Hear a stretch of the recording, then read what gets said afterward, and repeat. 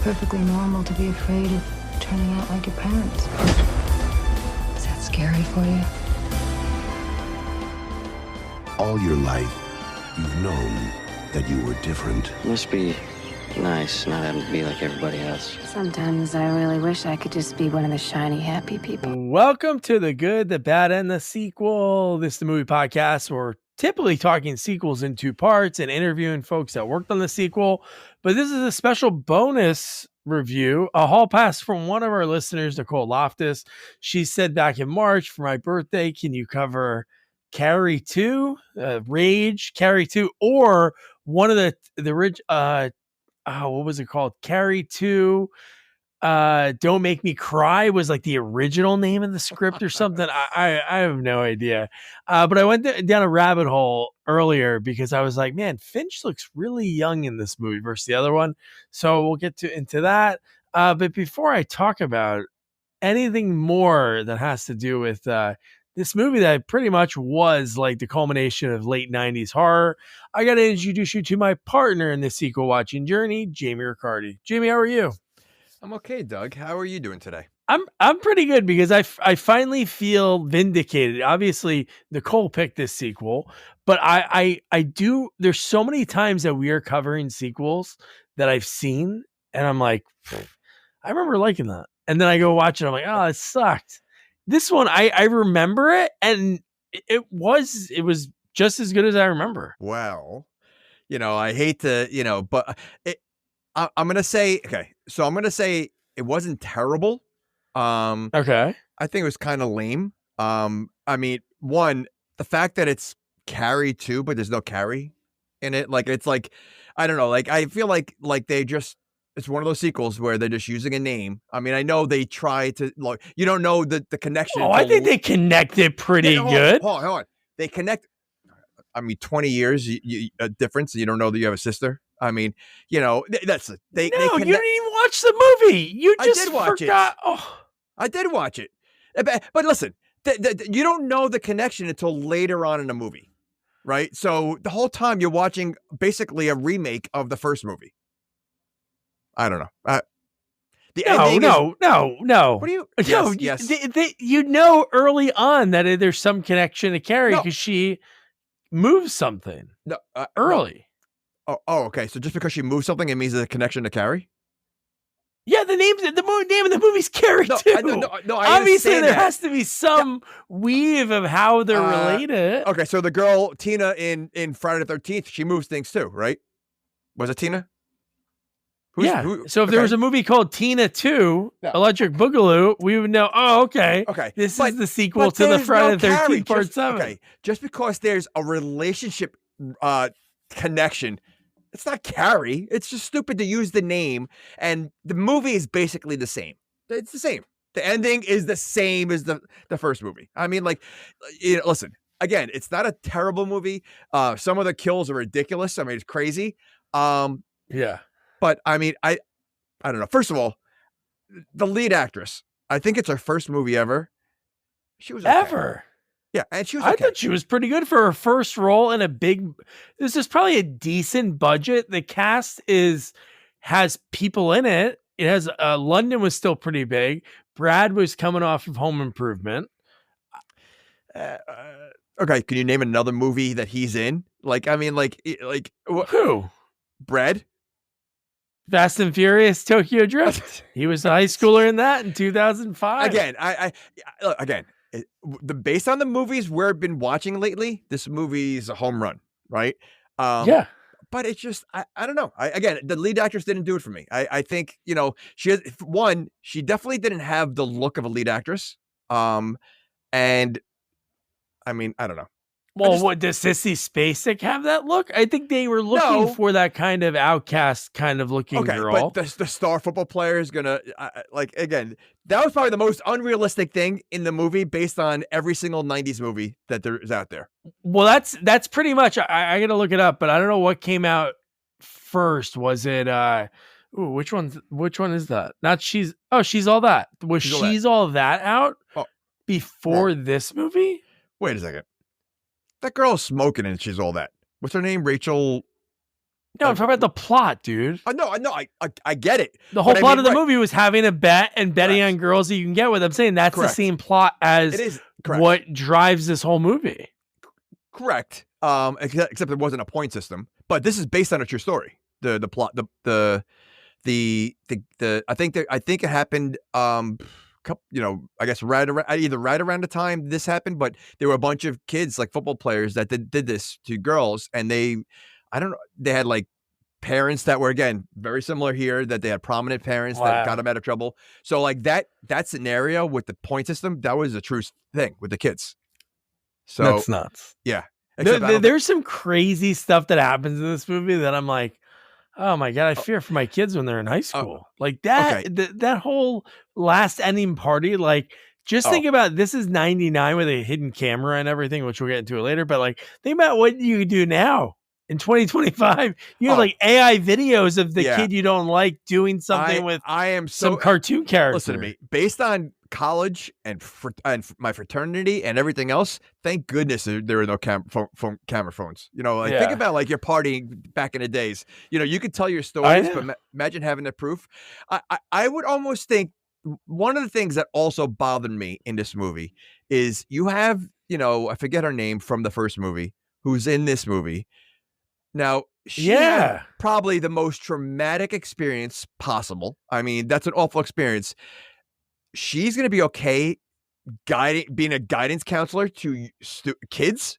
Like, I don't think that's the right job for her. Like, I know, because she was a bully in the first one, right? That's and what she I mean. just luckily survived. Correct. Yeah. Correct. So not only did she luckily survive, but she saw her entire school burn to death.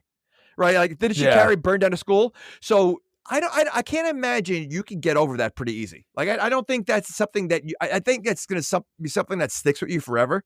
Any kind of traumatic experience is going to stay with you. Your entire school gets burnt down, and that's not going to mess with you like forever, for life. I mean, it's not like, hey, where are you going to work? I'm like, hey, I live in the same town, but I work way from far from school. Well, she's like within like seconds of it. Because again, just like we covered last week in Inspector Gadget 2, buildings don't sit like that too often. The fact that she's like, yeah, here's the school that burned down 25 years ago. Yeah, they keep it as maybe a memorial. I don't know. It's all rubble. Like, they didn't do anything to fix it up. I mean, yeah. And here's another, I mean, again, it's nothing really, but how come every movie, anytime they talk about like a mental institution, it's always Arkham? The name I don't think it's always that. That's a Batman thing, and maybe some writers use that. Was it Arkham or it's Batman? It's Arkham in this one, yeah. It is, right. So I've heard that name many times in movies. Like, why? Like, they can't come up with a name. Okay. But this is not Carrie. I know it's not Batman, but when you're a writer, like some people that we talked to before, you want to put in something really cool, maybe like an Easter egg or something that maybe drove you to do it. What's wrong with Arkham? It's lame. I mean, I think it's lame. I think I don't think you're using creative. You can come up with any name, and that's you could, but the guy's like, man, I love Batman. Let me put Batman. Oh my gosh. Yeah, okay. You would do it if you wrote a movie. You'd be like, I wouldn't. What should the name of the street be? Ricardiev. It makes it comical now. Is it the Dream Team? Were they in Arkham? No, I don't think so. Okay, all right. But there was something that I watched recently that did that. Not just this, and I'm like, I know. As I said, it comes up a lot. Like it's like the name to go to anytime you talk about a mental institution. And I mean, I don't know how true it is, but like anytime you see patients at a mental institution, they really are like, I wonder in real life, I mean, in real mental institutions, do they have people that are just walking around like that, or, like really off the wall, mingling with each other? And like, it's almost like a circus when it comes to like these movies, right? And I can't imagine real life being like that at a mental institution. I feel like, I can tell you, I've been to one before. A friend of ours, his late mother, Chris Moore's mom, worked at a place in Watchung. She didn't work on the fully crazy floor, but she took us up there one time when we were stoned, I think, to mess with us. And they were like mildly like out there. She went up to a guy and just told him, this is Doug. He's going to go to Harvard. And this guy like did a lot of like drugs and something happened in like his late 20s and he went to Harvard. So he was telling me all these like crazy things, just like explaining like where I should eat and where I should park at Harvard, like all of these things. And he was like very serious. And then he just like stopped talking and was just looking at me. And then he like started again. So I'm not saying that it is like that. I was on more, obviously I didn't fear for myself, but I can imagine it being this nuts. I just feel like, and again, every movie does that. Like, again, you have a Christopher Lloyd who thinks he's a doctor, walking around. Like, I don't know if they have that, outside of maybe unless you have dementia and, there's crazy people like that in real life that dress up like people's jobs and go into places. But all in one place where they're just walking around, like, like a guy juggling in the background thinking he's a clown. And this guy, like, I just feel like it's just, I don't know. I love that they don't care about it, obviously, because those places are like state funded. Obviously, there's probably ones that people would pay for and get better care. But it is always so funny. There's like terrible, everything there's terrible. The food, the decor. And then this one, they have like very strict, when you walk into the building, you get like patted down, all of that. You have to check in and out. But not near the gate that's right to cars in the parking lot where you could run. No, like that was able and gum, and it looks like there's no secure. I mean, literally, like the one patient is like all over her. Like there's no fear. There's no security. Like I don't know. All right, let's get into budget cuts. Yeah, well, I guess so. I don't know.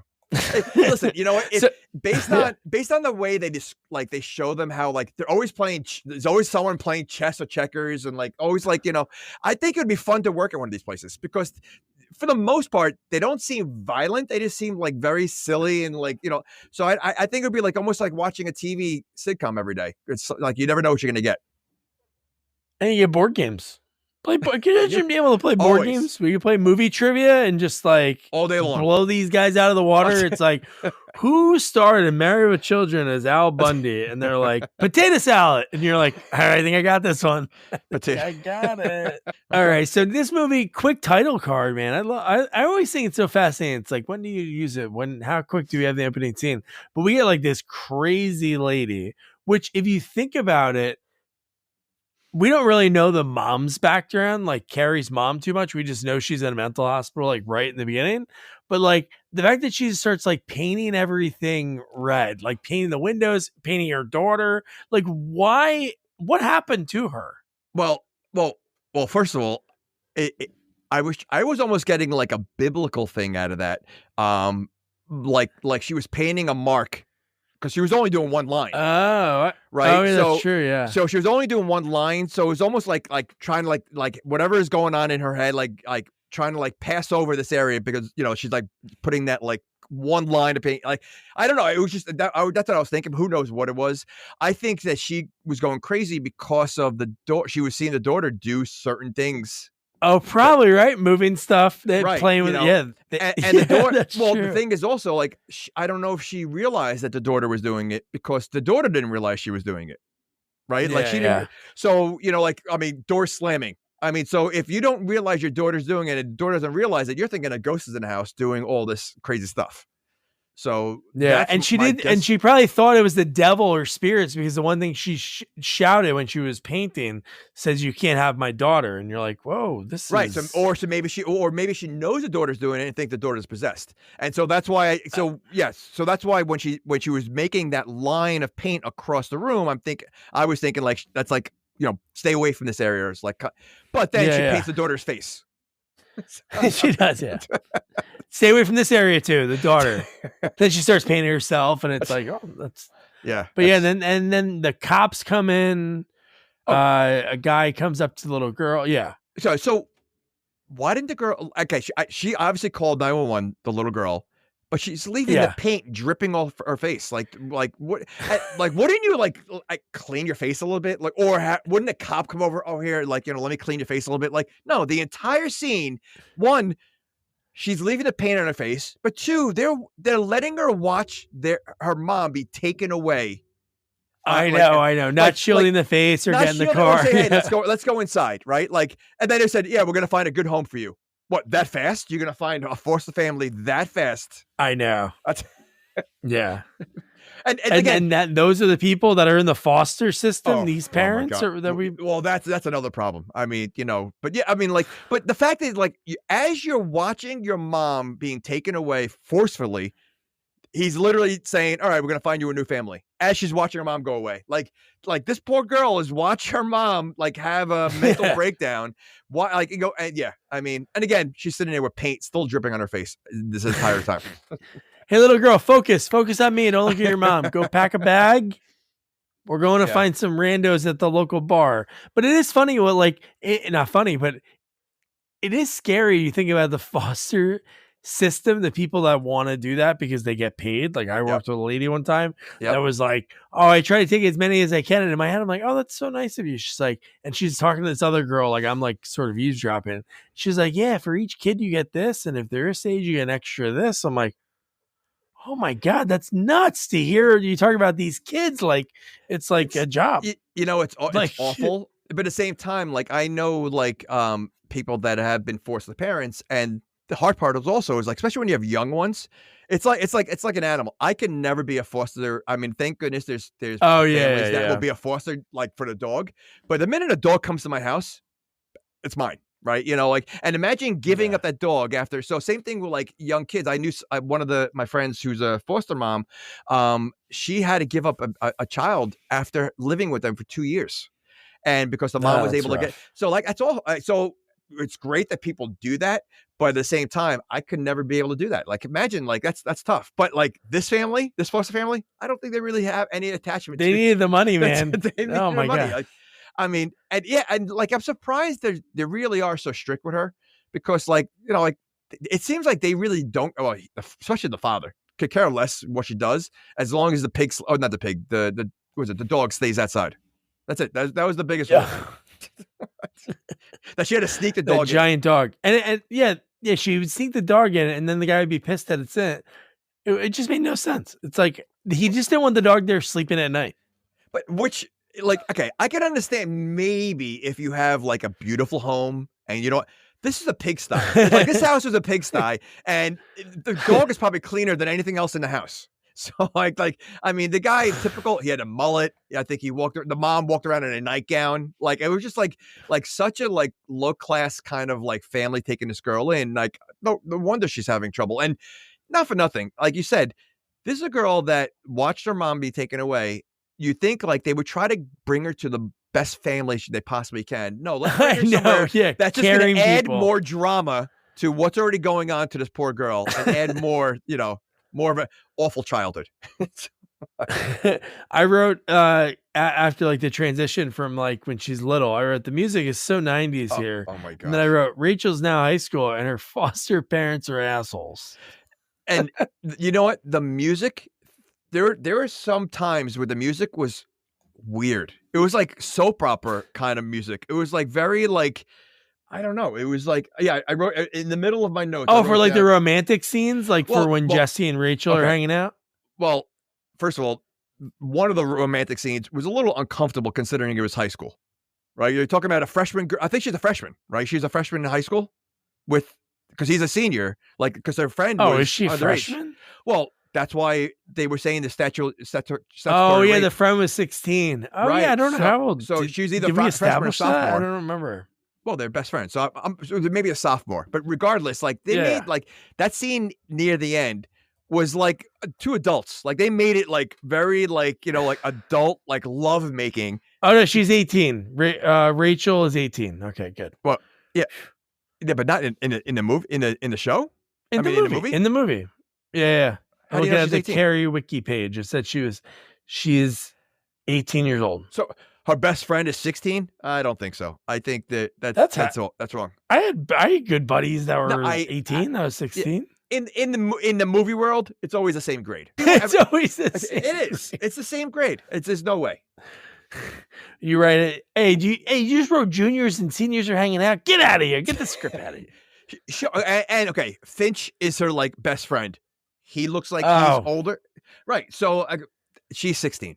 There's no way. Finch looks young in this compared to American Pie. He filmed this like they both came out in 99. This movie took a little bit longer after filming. So Finch filmed that in like early '98. This movie. No, And but I think that's what I American mean. Pie was. Yeah, He looks okay. young too. So like he's probably the same age as Mina Survey, whatever her name is. What's her? No, is it Mia? Man, Mina Yeah, Servini, right? yeah. Isn't that great? She's in this. The two American Pie people. It's very funny. So and show you how like unknown she was. I mean, she didn't have a big role. You know, I mean, so it was pretty quick. I mean, considering she's a name that we all know today, but the girl that starred in a movie never was in a movie before. Yeah. And that's so, you know. But yeah, so anyway.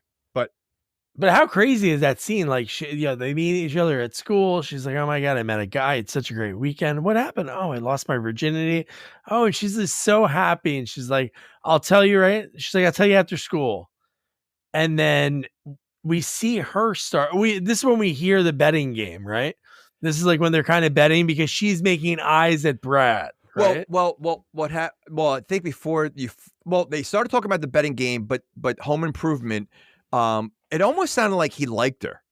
And then when he did kind of like her, it was like a really twisted grease. It really was, because they kind of like made fun of her, and he was like, "Oh, I can't like her now because, you know, I look like a tool." So yeah, that's when he twisted, you know, went backwards. But yeah, so like it was a kind of a weird thing. I didn't at first, like I must have missed something, or, you know, I know that when she goes to the locker and she sees she had a note or something, but were you able to read the note? Because when she was walking on the roof, I didn't know. Yeah. The note they have later is evidence too. It was like, well, later, but I'm talking about in the beginning. Yeah. Was that when they met? Right? Was that the note to me, or is that the note that she read that made her jump off the? That's the note she read, but I don't think they showed what the note said at that point. I don't know if they showed it then, but I think it was something like, breaking up. It's probably breaking up with you. It was what the note. Yeah, I was trying to think what it said. But they didn't explain that because one scene they're showing their tattoos, matching tattoos, and, you know, and not for nothing, in the 90s, you know, matching tattoos in high school, you know, that's not too common, I would think. You know, they're badass. Yeah, they are badass. But so like they show you like she's all happy and everything else, and then the next scene she goes to the locker, she sees a note which we don't really see. She slams the door, and then she's just walking slowly on the roof. Like there was no explanation for that, so it was I was uncertain, like what the heck's going on. Like they didn't really explain that. Yeah, it was almost maybe like you thought, like, oh, did she find out somehow about the game, or what did Brad say to her in that note? Something along those lines, but. When she fell and like, that was insane. No, like, that was looked wild. The way the head hit the car. Yeah.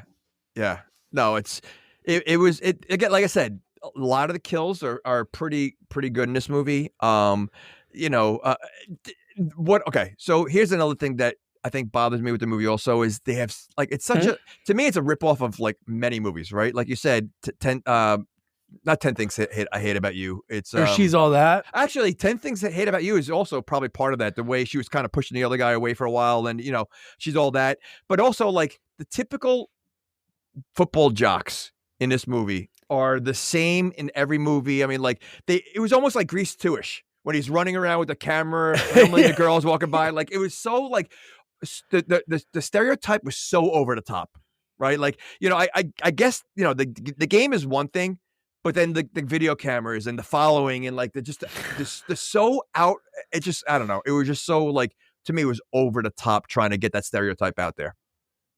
They were in that like podunk town and they could get away with murder. Like literally, like clearly the one guy's like grandpa, it seemed like was the mayor of the town. Like they were doing things that, unless you had that behind you to be able to get out of everything, like when they're torturing her at her house later, like gosh. Just messing with her and not even hiding like her face, not even hiding their face. Like they don't care. I know, no fear. Yeah, they started using like a weird voice, right? When he called, and then he started talking normal, and I'm like, what? Yeah. Well, the weird voice was Donald Duck. I mean, they were doing Donald Duck on a film.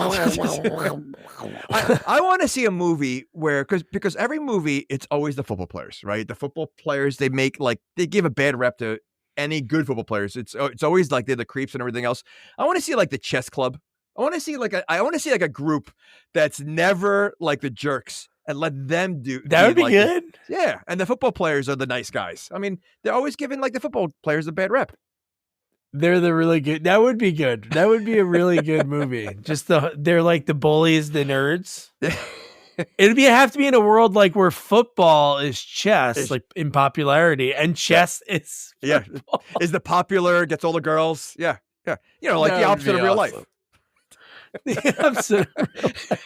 Oh, the 3 chess players just turned us off. But no, I do like. There is one movie, one of my favorite horror movies I saw as a kid. It's called Slaughter High. Not the same thing you're talking about, but it is all the popular people bullying the nerd, and then the nerd kills all of them in a really crappy B movie horror way. Isn't that what Toxic Avenger is in a way? I guess so, right? Yeah, that is what they are, right? Toxic Avenger, they threw him into the ooze, and then he changed. He was wasn't he a janitor in the first one? But like a dorky janitor? No, he's a scrawny little kid. Yeah, he was scrawny, right? I thought he was a janitor. I thought he was Was he a janitor? I just remember him being so scrawny, he was very and scrawny. Really weird looking. Yeah, he was very scrawny. So, but yeah, I mean, any kind of revenge like that is great. But I'm saying the bad guys are never like the nerds or the geeks. That'd be perfect. No, I think that movie, we got to write it, dude. Have the jocks. A little chess on that. In a world where chess is king.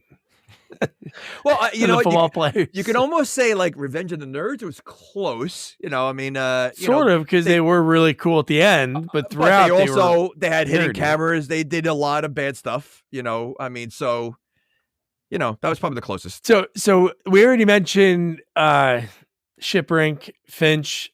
He's Arnold in this movie. He's Eddie K. Thomas. He's great. He plays such that outcast, like him later in the movie, which we'll get into. But yeah, you mentioned that this girl dies, right? So she falls off. Mina Cervini falls to her death into the windshield of a car. Rachel makes all the lockers explode, and I love when the guy with the camcorder comes up, and he's just like, "Hey, whose car is this, man?" Not like, "Hey, this girl just died." Again, the typical stereotype of these guys don't care about anybody but themselves. So you just named a couple of things. So one, the lockers exploding. No one even thought what is going on? They all were running away. There's no investigation or the government coming to look at it and never mentioning it again. That's a free and it literally was one locker after another. Someone planted bomb, some kind of bomb across the way, and they were not concerned at all, just running for the life, and that's it. This is pre 9/11, so maybe they weren't thinking of it. They're come on. Typical prank by the football players. That's probably what they're thinking. Right? See? Yes. I mean, Rachel could have just, instead of doing what she does, she could have just made their lives a living hell with doing stuff like that. It'd be a little. She'd be like witchery. She wasn't doing that. She was doing it, but not realizing she was doing that, right? Because later on in the movie, because I think she says, what is it that I have? What's wrong with me?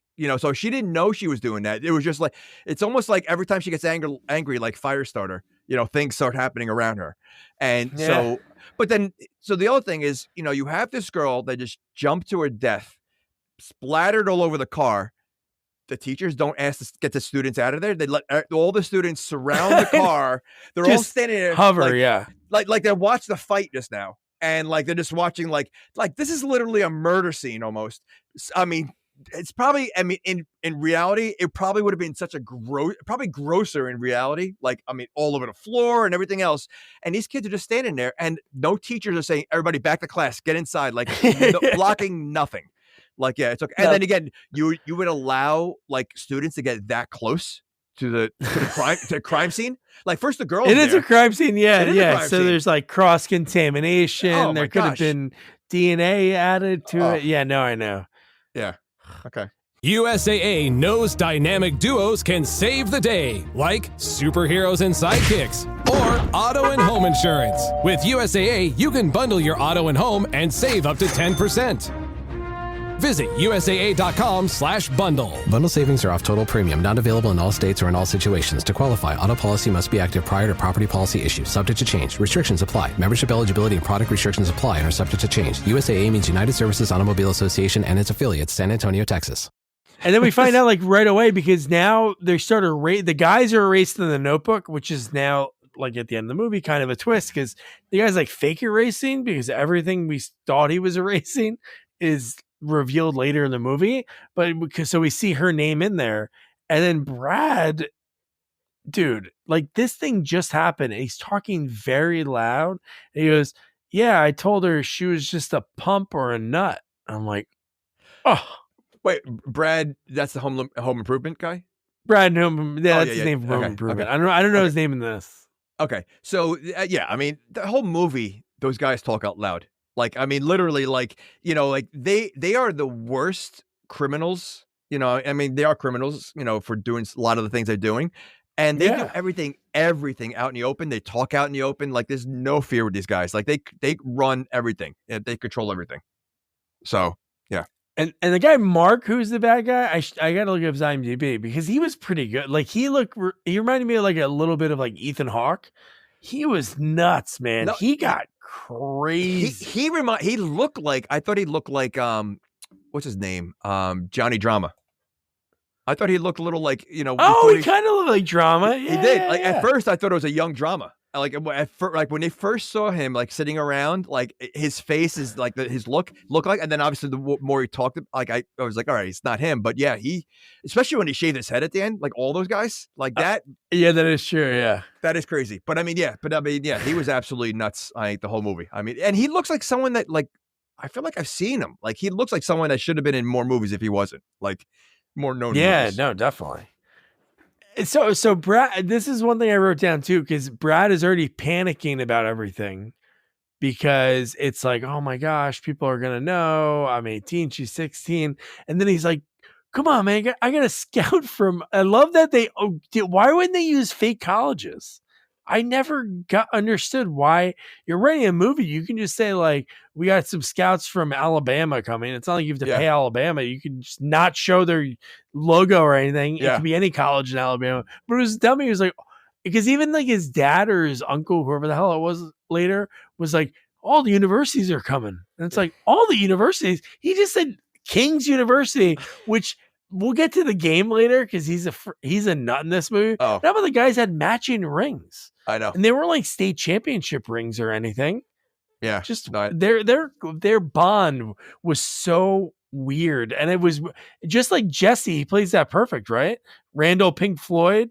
Like he's the same thing in Days Confused. He's on the outs with his friends and they don't know that he's on the outs. It's the same situation. You know what? I think that was the biggest twist because, you know, most of the movie, I'm thinking like, oh, he's totally playing her. He's totally like, I thought, yeah. I really did. I didn't think, you know, again, first of all, I mean, their relationship is very weird, because they act like they've been dating forever. I mean, it's really a very short time. Well, he got the dog, which is crazy. Which again, that was a big question I had in the movie. Like, how does he get that? Like, how does that happen? Like, that's ridiculous. They were together like a week or two tops. Never met her foster parents. So how would the dog be inherited to him? Which, you know, well, that guy doesn't care. Remember when the dog runs down the road and we see like a puppet dog get ran over by a car? Okay. That was probably one of the most awful scenes I've ever seen in my life. Like that and what is the one from Stephen King, Pet Sematary? Oh, when the kid actor gets ran over by the tractor trailer. It's up there. These two scenes. But this one, like, you know, a lot of times, you know, you would hear screeching and like off scene, like you wouldn't see the dog rolling. Like this dog gets hit and rolls. Like I was not expecting that, and it was off. Like we saw a lot of death in this movie, right? And we saw a lot of crazy deaths. Yeah. That one upset me. Like that one. And anytime that you one have an animal, you could kill a family of 5. I'm okay with that. You kill a dog or an animal, I'm gonna have a hard time. I'm not gonna lie. I mean, if I don't cry in movies, but I come close when an animal dies. You almost cried there. I was shocked. I don't think I've ever seen a brutal pet. A brutal pet. First of all, there's no way that dog's alive. All right, so I mean, let's say, I mean, the way they show it rolling under the car, and it was already out of shape. It was so out of shape anyway. So just by it rolling, its fat would probably go around and damage it. Not to mention, or it protected it. Okay, not to mention, how old was the girl in the beginning of the movie? Probably 5 or 6. So that dog's probably 11 or 12. Okay, right. And if you're saying she's 18, Now you're talking about she's 13. It was 13. So Yeah, the dog's 12, 13 at least 13. That means it wasn't a puppy though when she first got it. So like the dog was pretty old to begin with. Like it wasn't a puppy dog. It was this looked exactly the same. So that dog now. So think the about dog that. probably is blind. It was running down a road towards traffic. Blind and deaf. Yeah, but if he's 13, he moved pretty well. I mean, dog 13 is pretty long for a dog's life. So and the bones are gonna be brittle. That dog's not making it. If the dog's 13, he's at least 13, probably 15. The dog's by far dead. But yeah, that was an awful, awful scene. Yeah. What was the dog's name? I must. I don't know. But if it was Sparky, you can go, hey Sparky, what was it like to get hit by a truck? Rough. Damn it! I was laughing too quick. I was hoping to time it with your drink, and then we'd get a spit take. Yeah, but it wasn't that funny. What? Why the Sparky with rough? No. His name's Sparky. It's me talking to the dog. What was it like getting hit by a car? No. I get the joke, but you said I was hoping his name was Sparky because you said like so. If his name wasn't Sparky, no. I didn't say no. I was just trying to make up a name. Oh yeah, right. So okay, I was gonna say like, what does Sparky have to do with rough? I was like, no, Sparky doesn't have to do it. All right, if we have to dissect a joke like this, you got to save it. You might want to cut that one out. Tony, cut that out. So now we have Rachel because the footage. It's something we glossed over. Her friend had some photos from the weekend. I'll show you later. Can you develop them for me? I'll pick them up later. Correct. Oh, okay, fine. So they are thinking about the photos that she had, and they're trying to think of like, where did that camera go? So the bribe that they try to get those photos from her, $30. Like that was these are rich kids, right? They're clearly. And rich this is kids. important, right? Just think of the lengths they go to. Now it's 30. Later it's murder. Correct.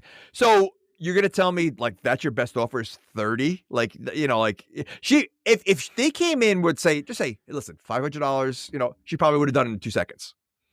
Maybe why not? Like there was no like incentive for her to even do anything. So yeah. Yeah, if you want to get into King's University, this is a big game for you. I think you can fork out more than $500. Well, the fact that he first started with 20 and he goes, fine, I'll do 30. Like it wasn't a big, and then what's even better than $30 is a date with him. Cause yeah. How do you turn that down? It just made no sense. Yeah, I know. Yeah, but it just made no sense for these guys that are gonna commit crimes later in the movie. Yeah, they couldn't have just like reached in and grabbed it. Again, it seems like they're not getting in trouble anyway. They have connections in the town.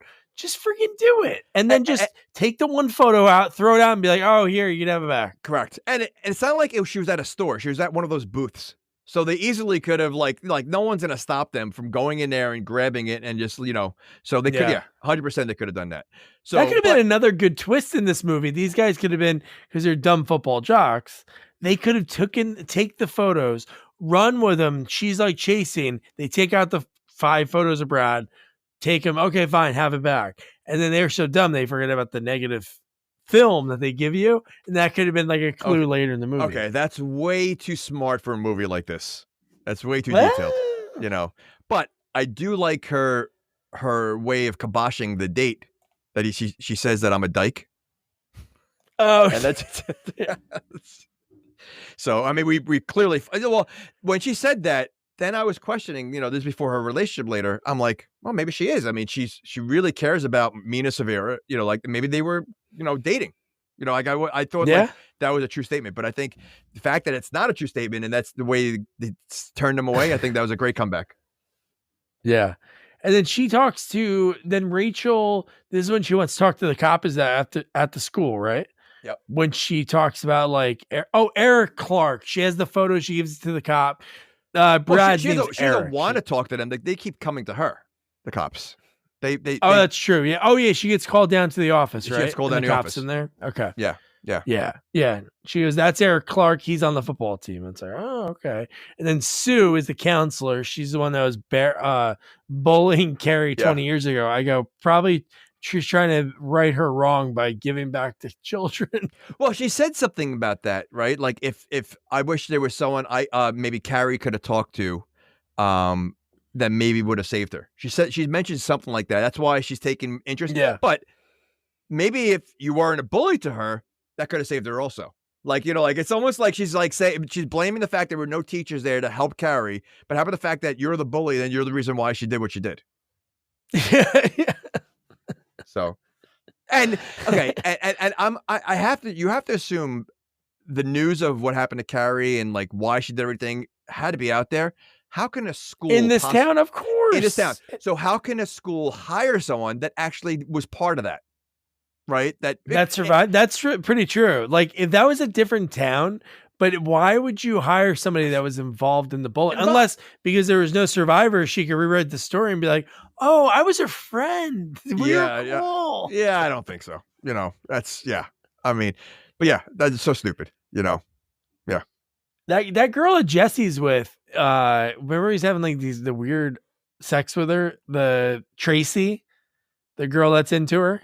Oh, yeah. We like this weird part. They just have like this quickie and then the buddy marks the notebook. Yep. Afterwards. Yep. Yeah.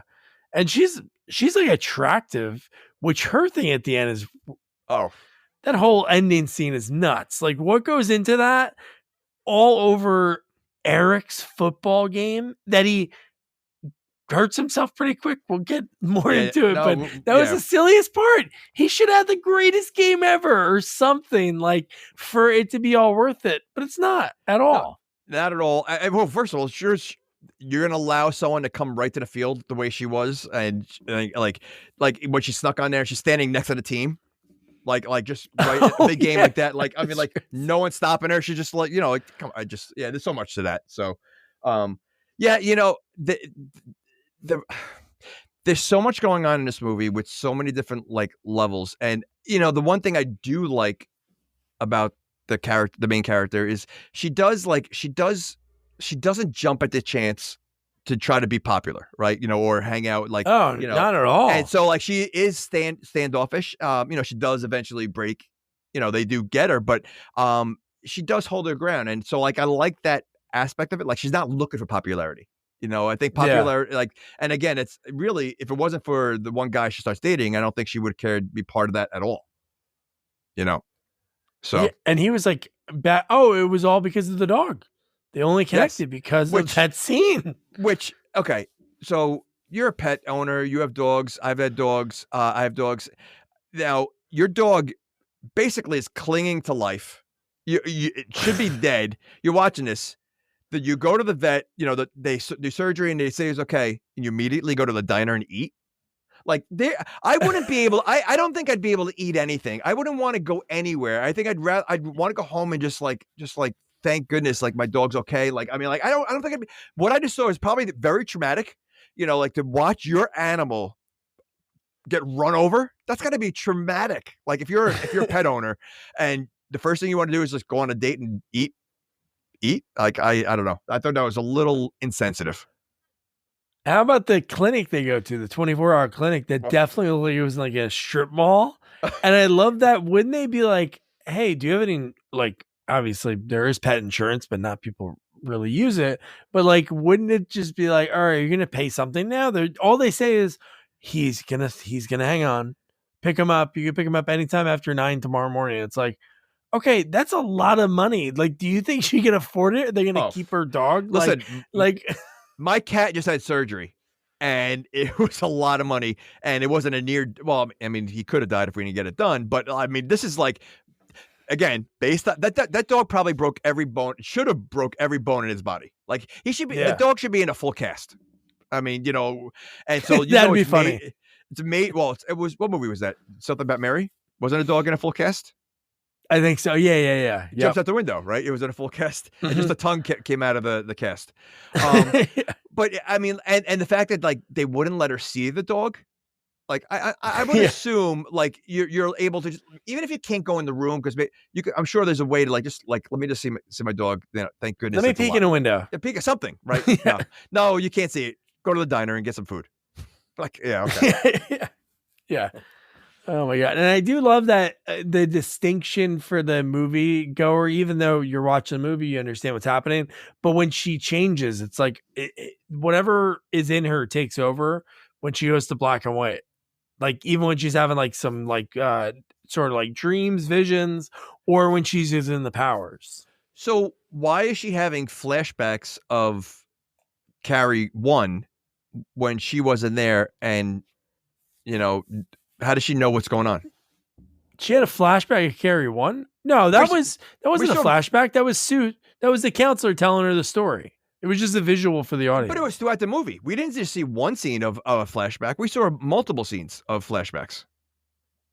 It wasn't just one scene. Of the original one? Really? Yes. I don't remember any. Yes. I only remember the one when they're at the school visiting the rubble. No, there was a few scenes in the big like it was like she was almost having those herself. I'm almost positive there were more than one. Really? I know she had the visions, like early visions were re-seeing what's her name die. She kept seeing him her fall. That's different. I could be wrong, and maybe I know, but I don't remember. Like that'd be really weird if she would have a vision without the Sue is explaining to her because she had nothing. Rachel's not from that town, I guess. No, but because maybe she had no clue about anything that happened. Huh? Yeah, but that could be part of her powers that she doesn't realize that connection. I don't know. Maybe I'm wrong. I could have sworn there was more than one. You know what? What's the fan that recommended this? Oh, Nicole. Okay. Yeah, Nicole can let us know, but I'm pretty sure because that would be that would be ridiculous if they have her have visions. Okay, that's ridiculous. That is ridiculous. If they had that, the movie is so ridiculous. But everything else that happens in this movie. Not what happened to the movie. I'm just saying the fact that she would have visions of why something that she wasn't there for. Because they're showing connections. There's a connection to her and Carrie. It's like the Corsican brothers. It's not a direct connection. It's a above connection. It's a stupid connection to begin with. So I'm not surprised. I don't know about that. Well, it is, but it's like the Corsican brothers with Cheech and Chong. When one gets hit, the other one feels it. So maybe this is something like a similar thing. I don't know. Maybe. Right. Nicole, her name is Nicole. Nicole, yeah. Let us know if the visions were throughout or if it was just when they're visiting the rubble and Sue's showing it to her. So when after Jesse sleeps with that girl, he like aggressively drops her off, no reason at all, and it's almost like he had to get to that. It's almost like it would have been ridiculous if Jesse was involved in this, like in on the whole thing. But dude, the fact that the dog was going there and he was driving down that road at that same time, like that didn't happen. Does he still pursue her? That's what made it weird. Obviously, her name was in the book and she was worth what, 30 points? I think she was 30. You know what's funny? That we keep talking about that. I don't know if you listened to Opie and Anthony back in the day. But a little bit. Okay, so they actually had something in a similar way, and I wonder if it was a combination of this and what the kids that really did this. But Opie and Anthony had it where they gave points for couples to do sexual activities throughout the city, and like if you did some like a certain kind of activity at say like St. Patrick's Cathedral, you get 30 points. And if you do this activity there, you get 50 points. And if you do it in a cab and like they had like someone from the show following everybody around and doing it, they literally did this on the air. What? Like, oh yeah. Wait, somebody was following them to confirm they're doing it. So there were like five couples. What a job. Oh, Frank, how was work today? Oh my God, I had to watch people have sex in a cab. It was literally, I think it was like 5 couples throughout the city, and the whole show was like they would call in. Oh yeah, they're doing this now, and they're doing it. That is pretty funny actually. So I wonder if that was a similar kind of thing with this. Plus, again, what happened with the other ones, how the points are, and I mean, pretty crappy, and but it really, the more they keep talking about it, the more I kept thinking that he's totally playing them. Even when we saw the locker room scene and he was like standing up for her, I still felt like he was like, you know what, the jokes would be on them. I'm gonna win. We're doing this in public, yeah.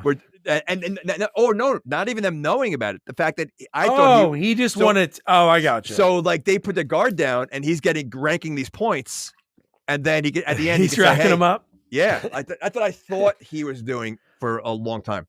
So yeah, so I got fooled. And so the dog's name's Walter, or Walter saved.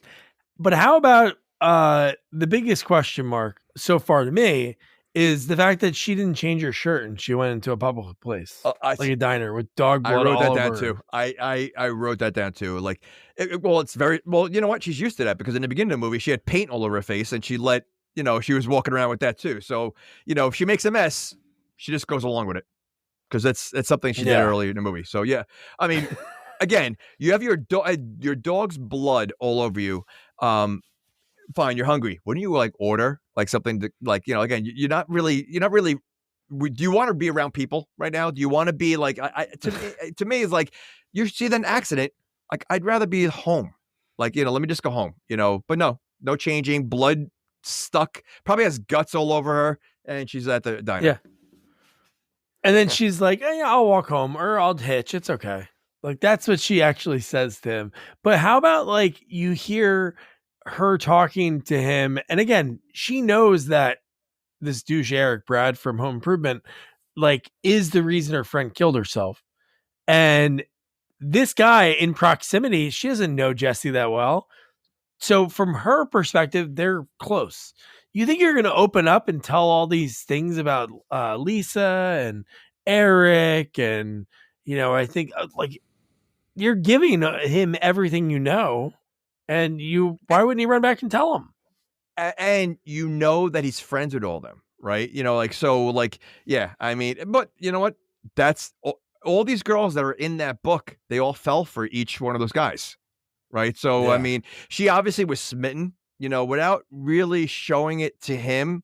You knew, this is the first guy that's talked to her probably, because she's such a loner that, she probably just not realizing and getting sucked in. And that's exactly what happened. So one thing that's in this movie, and I want to bring it up now because I just thought about it. So you have, because of the book, you have obviously the people in the book, the girls lost their virginities, the guys lost their virginities. Why is it a big deal? The girl that was on Clueless, the TV show, and an Iron Eagle 4, the hacker girl from Iron Eagle 4 is in this movie. She's the girl with the glasses who's like a sicko. She's an asshole. She's crazy in this movie. But the fact that the video is on later in the movie and she's like, "Oh, you slut," and I'm like, she had this for losing her virginity. That's not the definition of what that is. And it's just so she's with a boyfriend. And she's with a boyfriend. Well, she pretty much at this point they're sort of together. They both care about each other a lot. Yeah, correct. So that's what I mean. It's crazy she would say that. Yeah, if she was like if she cheated on Jesse, let's say her and Jesse were hooking up, and then they drugged her or something, and then that whole thing happened. Then again, obviously it's terrible with the drugging, but it's okay, then visually, oh, you're a slut, you cheated on Jesse. But there's no reason. Everybody's yelling and slut to her. But are you? I mean, again, clearly, look at her friends. I mean, look at her one friend who's been trying to get with him the entire movie, and what she does, and how she corners him, and everything else. So clearly, she's around that, Yeah. And how did she get into that guy's group? She was one of the numbers. That she. That's what I mean. Yeah, so, she has to be. Of course. So yeah, and she definitely it's funny in the beginning of the movie, you really thought the other girl was the more evil one. Right. The one that how is he spending so much time with her? The one that really liked her. But it's really the one with the glasses. Well, she was pretty evil too. But they were both very evil. But the one girl with the spray paint can, she's pretty crazy. No. They both are. Don't get me wrong. But yeah. I think because in the beginning of the movie, the girl with the glasses came across the quieter one, right? She was the nerdy one and so it was all about the girl. This other side of her that came out later on in the movie was just ridiculous. So over the top. Yeah. And she was always, I always had a crush on her. She's in a bunch of random stuff like Sugar and Spice, these random, Sugar and Spice, her and, what's her name? Lisa, who died in the beginning. They're both in that movie together. Lots of connections from this. Yeah, there is a lot of connections. But so you can understand the other girl, why she would be so angry. But why was this one so angry? I don't know. No reason. Right? And not that the other girl deserved to be angry, but clearly she liked the guy, so she's angry that she's with him. But this other girl had nothing to do with that. She didn't care about the other guy. But at the end of the movie, she's antagonizing the girl and she's like almost being a bigger bully than almost anybody there. Like, Yeah. why was she so angry about that? Like, or just really trying to get Yeah, to her? what was her deal? She was trying to befriend her. Obviously, she was like, she's in with the guys, so Yeah. she's setting her up, stealing the lipstick for her. I don't know what her problem was. She was nuts, man. Like, really, like she has this look in that scene when she's yelling at her, and then when all shit breaks loose, which we'll get into. Think about her only friends. This nutty look in her face. Well, the whole only friends are the 5 football players and the one girl. So, I mean, I don't think there's not one sane person in that whole group. Well, how about the one girl they cast that looks like the girl that was into Jesse? The girl, like when they pick her up to go to the party for the end scene, I thought it was that girl because she kind of looked like her from the side. Yeah. And then when we saw that girl pick him up, I'm like, how did she come back? But how about this? Was Jesse dating the black hair girl? No, because they were like hooking up. They just had sex, and then he's with somebody else, but she thinks they're dating because that's why she's so pissed at Rachel. I feel like we're in high school right now that we're talking about this. I feel like we're gossiping at the water It really cooler. is like a high school like relationship kind of thing. What you just said. It is, yeah. Yeah, it's kind of fun. I don't know. Like, I don't know his. Yeah, you know what? Maybe they were dating, and then just that's why she's so bitter. He had sex with her, and then he. Yeah. Is that night after having sex, he's into a girl that had dog blood on her. Yeah. He's like, oh, this is great. This is working. Yeah. You know what? And I'm trying to think of, well, you know what? But he was making eyes at her in the beginning of the movie. Like, he was. Yeah. So like there was definitely, I think, I don't know if it was like, he liked her or there was intrigue because, a lot of times when you I think that was the setup of him writing the name of the book. That was like the setup for us as the audience to think, oh, he's just one of those other assholes. He's just making looks at her, just like Freddie Prinze and like to Rachel. Or do you think, are you saying that you think that originally he was planning on making her a number in a book and then he learned to like her based on the experience they had together with the dog and like he saw a different side of her? I think so. I think 100%. So he didn't know who she was. It was just part of the game. And he was obviously a prick because he banged the other girl. Yeah. And then was just doing it for the game. So it's not like that's why the end of the movie could have been a lot of different twists. Like you could have had him reveal that he was part of it, or you could have just had her wipe him out because and that's not every movie. That's not every movie that she has to get mad at him. I can't believe you did this, but no, I really do. I fell in love with you, even though like it happens every movie. What's that other one? With the Sarah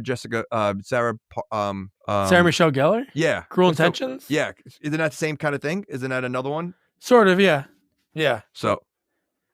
Okay. Yeah, that is, and hey, you gotta try, right? If you have somebody with like a gun or fire around them, and they're like, "Oh, but I thought you loved me," you're not gonna be like, "I don't love you." You're right. You're gonna be like, "I love you so much." Oh my god. Well, I mean,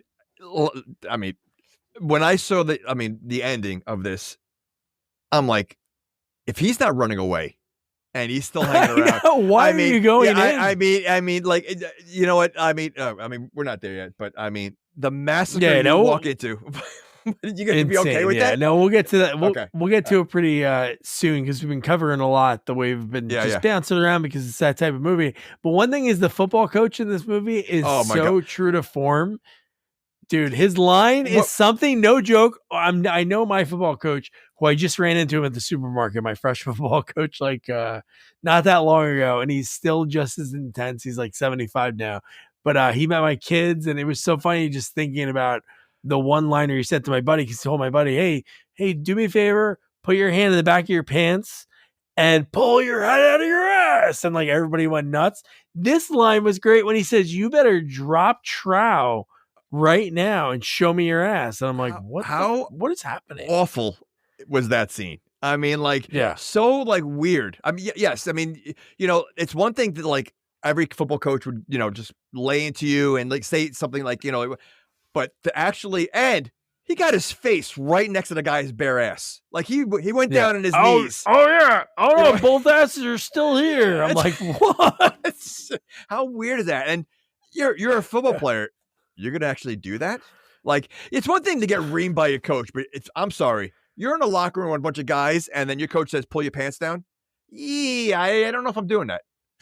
Like, especially with what's going on right now. If you're a nutty football coach anyway, how about you tone it down for a few weeks while there's an active investigation? Because maybe somebody's just walking in for clues or looking to get questions. They walk in, your nose is like on a kid's ass, Yeah, no, it's. How do you explain yourself? Oh, principal, I'm sorry. You wouldn't believe it.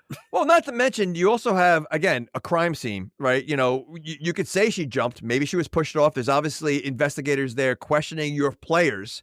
What if one of those players was an actual murderer, and now, like, you're humiliated him, and now he's going to come back for revenge and go after and kill you? Because that's another movie, right? That would be another movie that now, like, after the next scene, the coach is dead. Like, that's another, that's 100% a horror movie. Right. So, I mean, it was just when he did that, though, like, and he says, pull your pants down. And he's like reluctantly doing it. And like, I'm like, this is awful. And then I forgot the line that he said at the end. He goes, oh, yeah. And I just want to make sure there's no tampon strings. Something. It's just weird. I'm like, there's no way. I can't imagine any football player doing that, especially these supposedly tough, crazy kids. Not one, because they're never gonna live that down with his friends, right? They're gonna never, right? So unless they're into that. Maybe they do elephant walks for fun. I don't know. Oh my gosh, how do you know about elephant walks? So I read it on the internet. So the cop shows up and Brad's suspended, and then now like Brad and his friend, they're saying, oh, now we're gonna do some damage control, and then we cut to her trailer, which is already scary enough. Like there's. Where they filmed this movie in North Carolina and South Carolina. I don't know if they even mention what state they're in, but just where they are, it is so desolate around them. Like when he's driving down the road and hits the dog. Well, he doesn't hit the dog. The truck hits the dog. You know what? There's like nothing around. Wait, okay. If the truck didn't hit the dog, he absolutely would have hit the dog because he wasn't paying attention to the road. So he's actually lucky. Oh, what was he looking for? He was looking for something. Oh, we failed to mention. He's looking for something. She sees the car coming, not really know who it is. She shatters the windshield to get his attention. He brakes just in time. That's what I mean. Like he wasn't paying attention, so he would have hit a dog if it wasn't for the other truck.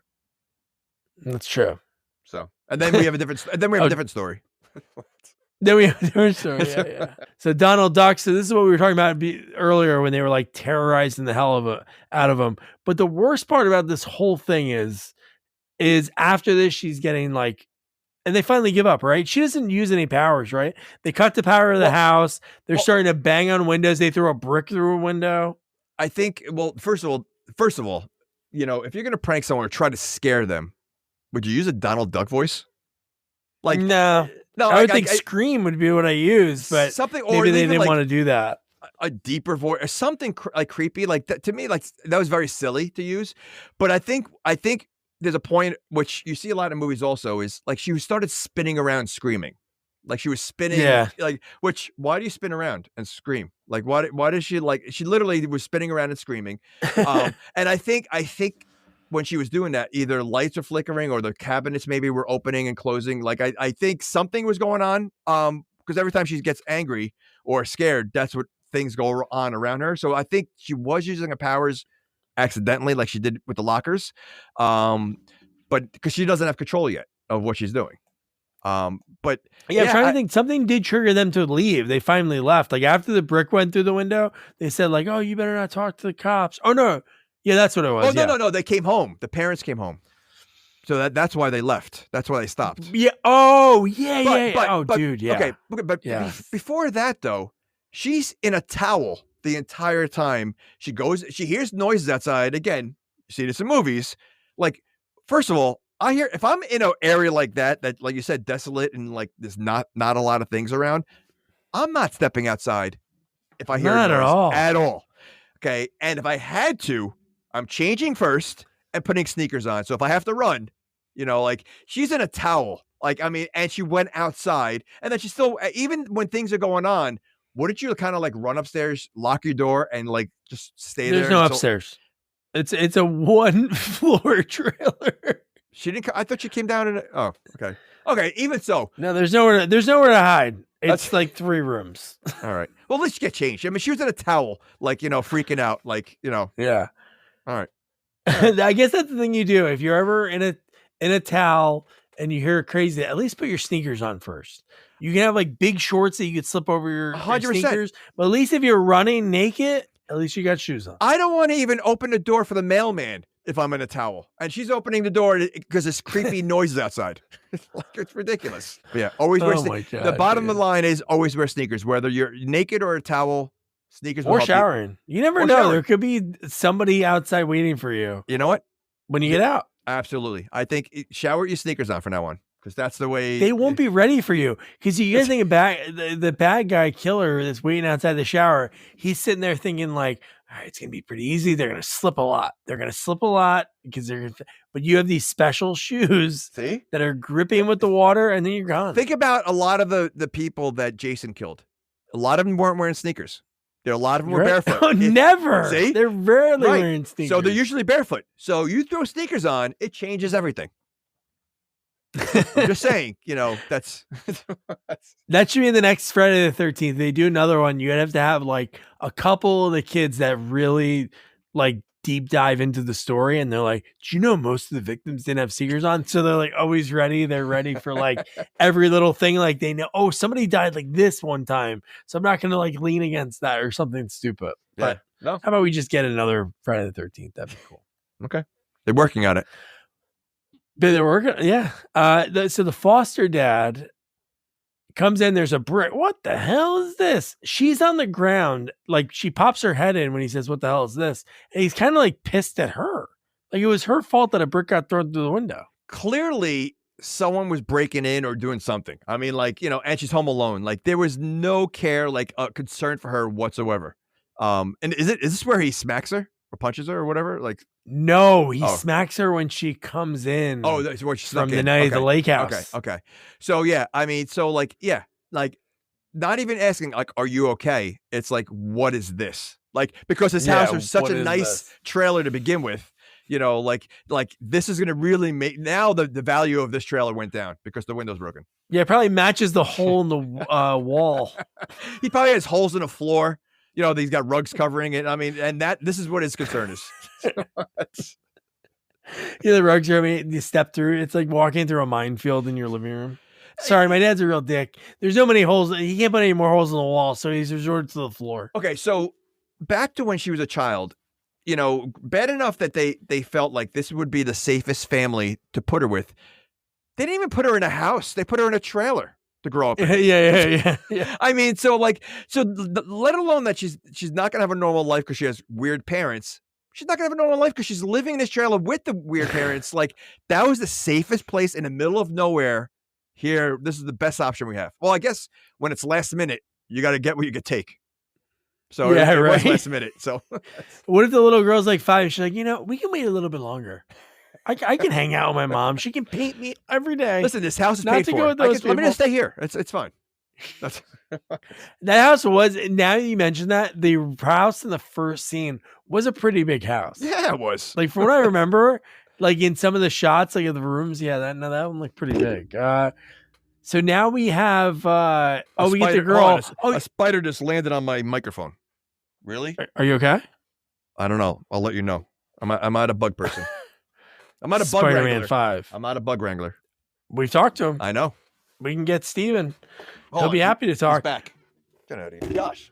Jamie, I'm giving you play-by-play. And Jamie, the spiders landed on him. Okay, well, I don't know where he went. I don't like this. He's growing something. He's growing another eye. All right. I'm back. You're good. So the girl from the Clueless TV show, and Irene before, I wrote this down because she was in the first half of the movie. Yep. But she didn't have any lines. So they probably cut those lines. So that was kind of weird in this movie because she was already on Clueless, the TV show, was already on USA Network at this point. And she was in Iron Eagle 4 and a few, I think Sugar and Spice came out around this time too. But yeah, it's like, oh, she's finally talking. Oh, she's like being like sort of nice. But one line that I do love with Jesse when the Mark was like, because they found out what they were kind of doing to her, and Mark was like, yo, that girl, and then he says, we ain't friends, we just grew up together. It's like, oh shit, We're already like at this point that they're going to go against it. And then Rachel, for the first time in this, well, not the second time, this is when she talks to the counselor again, right? Because this is when the counselor's trying to piece something together Correct. from. Well, she notices from her something, past. and she just sees. Yeah, she just again sees a lot of similarities to Carrie. So she doesn't know yet. Like I don't think she knows about the telekinesis. Well, she yet. knows now because the snow globe explodes. Oh, that's right. Well, yeah, this is the moment where now everything fell into place, and now she's like, "All right, we got to talk to her mom." Yeah, yeah. But this is where I wrote something we've been talking about throughout. I wrote, if Jesse is playing us as the audience and he really is doing it for points, that'd be pretty nuts.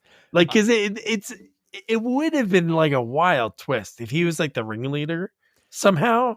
I don't know how you do it. That'd be like way too much to do. It's not like this is a serial type. It would be like what I said movie, before, that he's pretending. So by doing that, he's getting the scent off him with the other guys. They think he's not even playing, and now he's scoring big. Like he's literally, I'm thinking like, all right, that's gonna be part of the revenge at the end of the movie, where she goes crazy when she finds out that he's not part of it. I mean that he's not into her. He's playing the game. Oh yeah. So I know. That's what I thought. Most of the movie, I thought that was going to be the big reveal. Isn't that the original? The guy is with her, and she wins homecoming queen. They voted her to win. Well, they and I feel like the guy that was into her was the homecoming king. So it is that different twist of the original. Is not that one that the jock was involved with the pig's blood. So you're saying this is like the Rocky 2, where you think he's going to go down, but they fake you out because they think they're both falling down this time. Because in the first one, they both fell down. They got knocked out. Both of them. Yeah. Second one, it looked like Stallone's going down, but he didn't go down. He didn't go down. So this is the Rocky 2. That's kind of Jesse. That's the Rocky Carrie scenario. Little. Okay.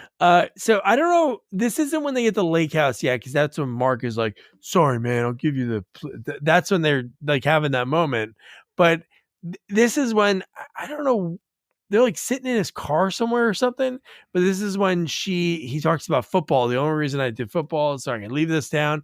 She's like, "You got to do it. You got to use football and leave this town." And he says again after 3 days. Want to come with me? Their relationship seems very odd. The whole movie. I mean, like it's like first of all, they're acting like they're adults. They're literally high school kids. And like it just the way the whole relationship ends and where they are, like it just like it's so fast, so quick, so strong.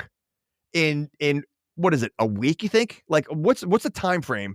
Well, right now, I think it's only been 3 days since the dog. That's what I'm saying. If that. Right, if that. So their relationship is that strong. There's so much in love in 3 days.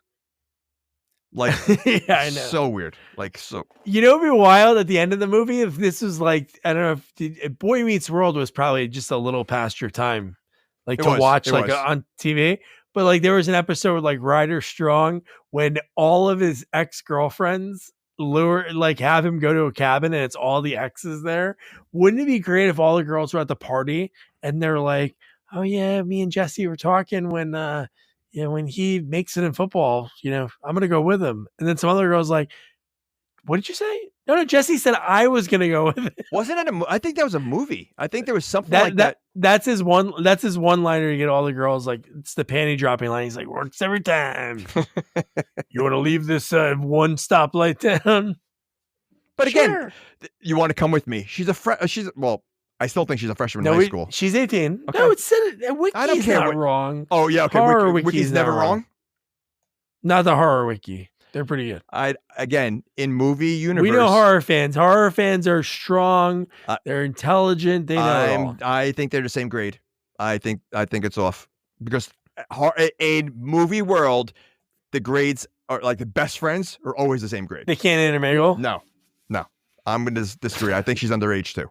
So that's my guess. So now, remember they started to make out. He was gonna like go for it. But he respected her boundaries. He did. And he again, remembered, she said, I wanted to be special. I want flowers. and again, that made me even more say, all right, he's totally playing her. Oh yeah, sure. I respect you. Like, so he gets her trust. And I still thought he was like, like kind of like training her to like really like him. So yeah, he did a good job. With that. Really playing some mental mind games. Like if there's a lot of sick people out there, but just if he did do that as the twist, like, yeah, come on, you're gonna leave town with me. But that's every movie though, right? Like, I mean, that's the twist in so many of those movies. So and then the girl doesn't talk to him, and then Grease. I mean, it's a very similar thing, all those things. And then they find out, they're back together. Like, so they did. Yeah. The fact that they stayed true to the relationship, is definitely something odd you see in movies. Like, that was something that I wasn't expecting. So yeah, I think what they could have done, sometimes when they almost give you the will they, won't they, like you have like maybe they zoom in on the face a little too much. He makes a look like when she looks away or something like that.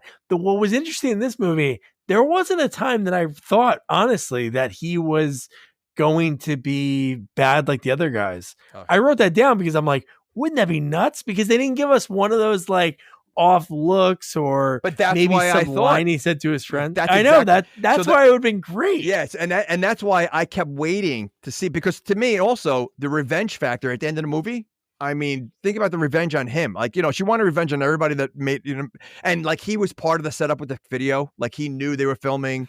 Like, I mean, listen, you have a creepy friend who you is a scumbag, offers you to stay at his house. Now, I didn't see this movie. I knew right away there was hidden cameras there. Like that was I know. I mean, like I was saying, I'm thinking like, oh, they're definitely being videotaped or something. Like, like I knew that. So like, you're going to tell me like, so part of me was like, he knew it. They knew a videotaping. It was just so many like things, so many ways that could have went. And no, I think that makes the twist almost better, that you keep thinking he's the bad guy. You keep thinking, that, the murderer is the butler's the murderer, but you find out that he's not. Again, would Jesse have known that his sicko friends, he should have been on to him maybe a little bit or something, because I'm sure they've done this before. That's what I mean. To set up cameras for their other conquests. You're going to tell me that's the only place that he could take her? Like to for his plan to deflower her. That's the place you want to go to your creepy friend's house? I don't think so. Like that's like, that's dumb on Jesse's part. Yeah, that's not too romantic, even for Rachel. Oh yeah, that douchebag that was part of the group that tortured my friend for her to kill herself? Yeah, we're gonna bang in his mom's lake house. That's so weird. It's very weird. So the counselor, this is the scene we talked about at Arkham Mental Hospital. She goes there to meet Rachel's mom, and this is where she asks Rachel's mom, like point blank, oh, who's the father? Finds out it's the same father as Carrie. So this father carries, so he has telekinesis, but like we don't know any of his story. Well, we don't know if he does. He's passing the gene to both kids. Satan worshiper or something weird like that. But the fact, just think about this. I know people can have, Steve Martin had a kid like 75 or Pacino has a baby at 81. But the fact that this guy had kids like, I guess it wasn't. Yeah, it was probably 20, because Carrie was a senior. She's a senior. Yeah, so at least 23 years apart. That's a big difference. From when. That's a big gap. That's a big gap. So I mean, that's why I said like it's just such a. Listen, obviously they had to connect it somehow.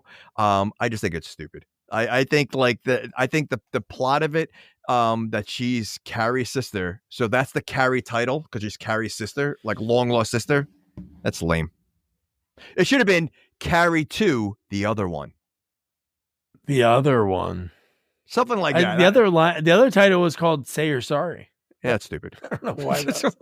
But I wonder again. This is probably and again, I respect movies that do this because the other option is to make a movie called I don't know, so, School's Out, and then have the same exact story, and then it's like, oh, this is Carrie, right? Or at least with this, there is some kind of way to connect it, even though it is can be shoehorned in a way. I just don't know how else you could connect the two. How about putting Carrie TOO, Carrie 2? So she's Carrie 2. So and then randomly, because she didn't know her sister, her name was Carrie. Her name was Carrie. Her foster parents called her They Carrie. call her Carrie, and that's it. Now you have Carrie 2. See? Now it fits there. Okay. Oh my god, man. Okay. So so this is the burnt down school. We get the flashback about the dad. The flashback about what happened that day with Carrie, and the counselor, tells Rachel, "Oh, this is your dad." And she's like, "No, that's not my dad. My dad left when I was 3 months old. This is who he is," and blah blah blah blah. But which is the truth, though, because he did leave. So it's not like she, like, the fact that she's like saying, "No, that can't be my dad." Why not? Your dad left when you're 2 years old, but this is your dad. Like, yeah. It's not like the other guy was in her life, like the other dad that, then she probably would have went to him when all the stuff went down if he was still around. No, it was because it was the guy that was probably 50 something years old. So does the mom know that Carrie was also his daughter? Like, does she know about Carrie? I mean, first of all, no, she's kind of shocked when she finds out. Which, I mean, a girl burns down the entire school. That's national news. Like, I mean, everybody should know that in the same town that you're. No, she knew the story. She didn't know that she didn't know that they had they didn't know. Yeah, she didn't know that the father. Again, a girl burns down the school, like a student. You don't know the parents. Like, the parents are not like on the interviews. The pictures will say, "Hey, this is these like they're involved." Your child, Oh no, but I don't think Carrie's dad I haven't seen the original. I don't remember either. either. I can't be 100%. But I'm saying, like, I don't know if maybe the dad was just this whack job that was somehow sleeping with multiple crazy women. So he might. I don't even remember him in the movie. So maybe he wasn't in the first movie. Yeah, he probably wasn't, because the mom was crazy in the first movie, right? Like, the mom was like she was religious. Yeah. Okay. Yeah. Okay. Oh yeah. So now we get Eric's. I guess it's Eric's. I wrote down it's Eric's dad when they're in the office and the cops ready. Oh yeah. Yeah. Yeah. And he goes, "Well, you know what? If he's going to take the fall, then all the boys are going to take the fall." And it's like, and he starts spitting their names out. Oh, his dad was the lawyer, dude. Yeah, the dad's the lawyer. The mayor comes in, who's probably like an uncle or something, and he like ends it, and everybody shuts up, and it's over. But the kid mentioned all the kids' names. He said all the kids' names that were involved. Yeah. He squealed on everybody. Like, he didn't easily. The father was saying, "Listen, you take him down, and he's gonna take all these other ones." He didn't have to name any names, even though they probably knew who it was. These are 5 of the most prominent families in town. Well, the mayor knows that all these families are probably paying a lot of money, so they're like, "Yeah, you get away whatever you want." It almost sounds like that story. Wasn't there a murder recently? The guy from South Carolina, he was like a hedge broker, a hedge fund broker. Oh yeah, the same thing. Yeah, dude, the kid totals a car. The kid totaled the maid was found dead. I watched the documentary. Yeah, but the first death, the Murdaugh family. Yeah, Murdaugh. Dude, the first death when the kid was like drunk and he totaled the car, and like one of the kids got. And then the freaking grandpa's the judge and gets the road cleared in 30 minutes. Like, if you watch the documentary, is crazy because they watched it. It was wild, and they talk about multiple crimes this family's done over the years, and they got away with every single one of them. So it was pretty insane. Okay, well that's kind of that same thing in a small town. That's the fear of being in a small town. Even my town, 30,000 people we had, but it was like if you were hanging out with the wrestlers and you got in trouble and you were friends with them, you were fine. But if you weren't with them and you were just walking around, they're gonna like bust your balls. So man. So now Jesse wants Rachel to go to the game on Friday. She's never been to a game before, and this one Mark is like, "Hey man, I'll let you. You can take my house, take my parents' summer house." And his line goes, before he does that, he talks to the other girls. So how are we going to stop this or something like that? And he comes up with another plan. Like, all these plans, like all these things are coming up, his plans that he makes up, come to the house. And so he says, "I got a plan." Like, and they don't tell you what it is yet. Yeah. And then the next scene, he goes to him and says, "Hey, I want to make friends. I want to apologize here. He says, "Hey man, we've been friends since we were dumping in our drawers. Here's my mom's lake house." All right. Well, once you say that, then it's like, "Oh yeah, we were." I guess I got to take him back. And then Jesse is kind of cool with him. I'm like, "Dude, this guy, you're a decent guy. It seems like, get away from these assholes." Yeah, no. Like I said, he had to have known. I mean, like that. I think you said it. This is not the first time they videotaped or something like that. So I mean, 100%. if these guys are scoring points, they're hiding cameras all the time. Especially if he has an empty lake house, that's part of the plan they have with all these girls. Some of them were brought there, So yeah, it's shame on Jesse for falling for that. Yeah, no, definitely. Oh my God. How about the mall? This mall must have been like the richest mall because they look down upon people. Like at the makeup store. Oh my God, dude, that lady just like staring at her and like looking her up and down. But what surprised me though is when they start doing the makeup thing, which reminded me of again, She's All That, doing the makeup on her. Oh yeah. The fact that she stole it, I thought when she says I don't have the money, I thought the girl was going to show how rich she is and like, yeah, just put it on my card or put it on my dad's card or something like that. Like the fact that she stole it. Like, so maybe they're not as rich as they think. They're just, creepy kids, doing, constantly. No, they are rich. Rich people do that. They'll do it because if they get caught, they're going to be in trouble. Because they're not going to get in trouble. Because she talks to the lady like, "Oh, hi, Mrs. So-and-so. This is my friend from school. Can she just try this on?" And then what does she do? She starts trashing Tracy to like kind of like, "Oh yeah, we should be buddies. How about you go to the party after the big game? It's going to be okay, cool. Let's do it." And then we got to see a 10-minute makeup tutorial afterwards of her putting makeup on her. God. I mean, like that was ridiculous. Like $22.50 for makeup in 99. That's insane. What would that be now? But she's home in the mirror and we're watching her put on the eyeshadow and we're watching her put on the lipstick and we're watching her put on this and then she takes everything off again and then she's like why do we have to see a makeup montage? We kind of, you know what that is? Like, I know it's way too long, but it's like just a hook, line, and sinker. Like she's fully integrated into this, but at least later she is cool with Arnie, right?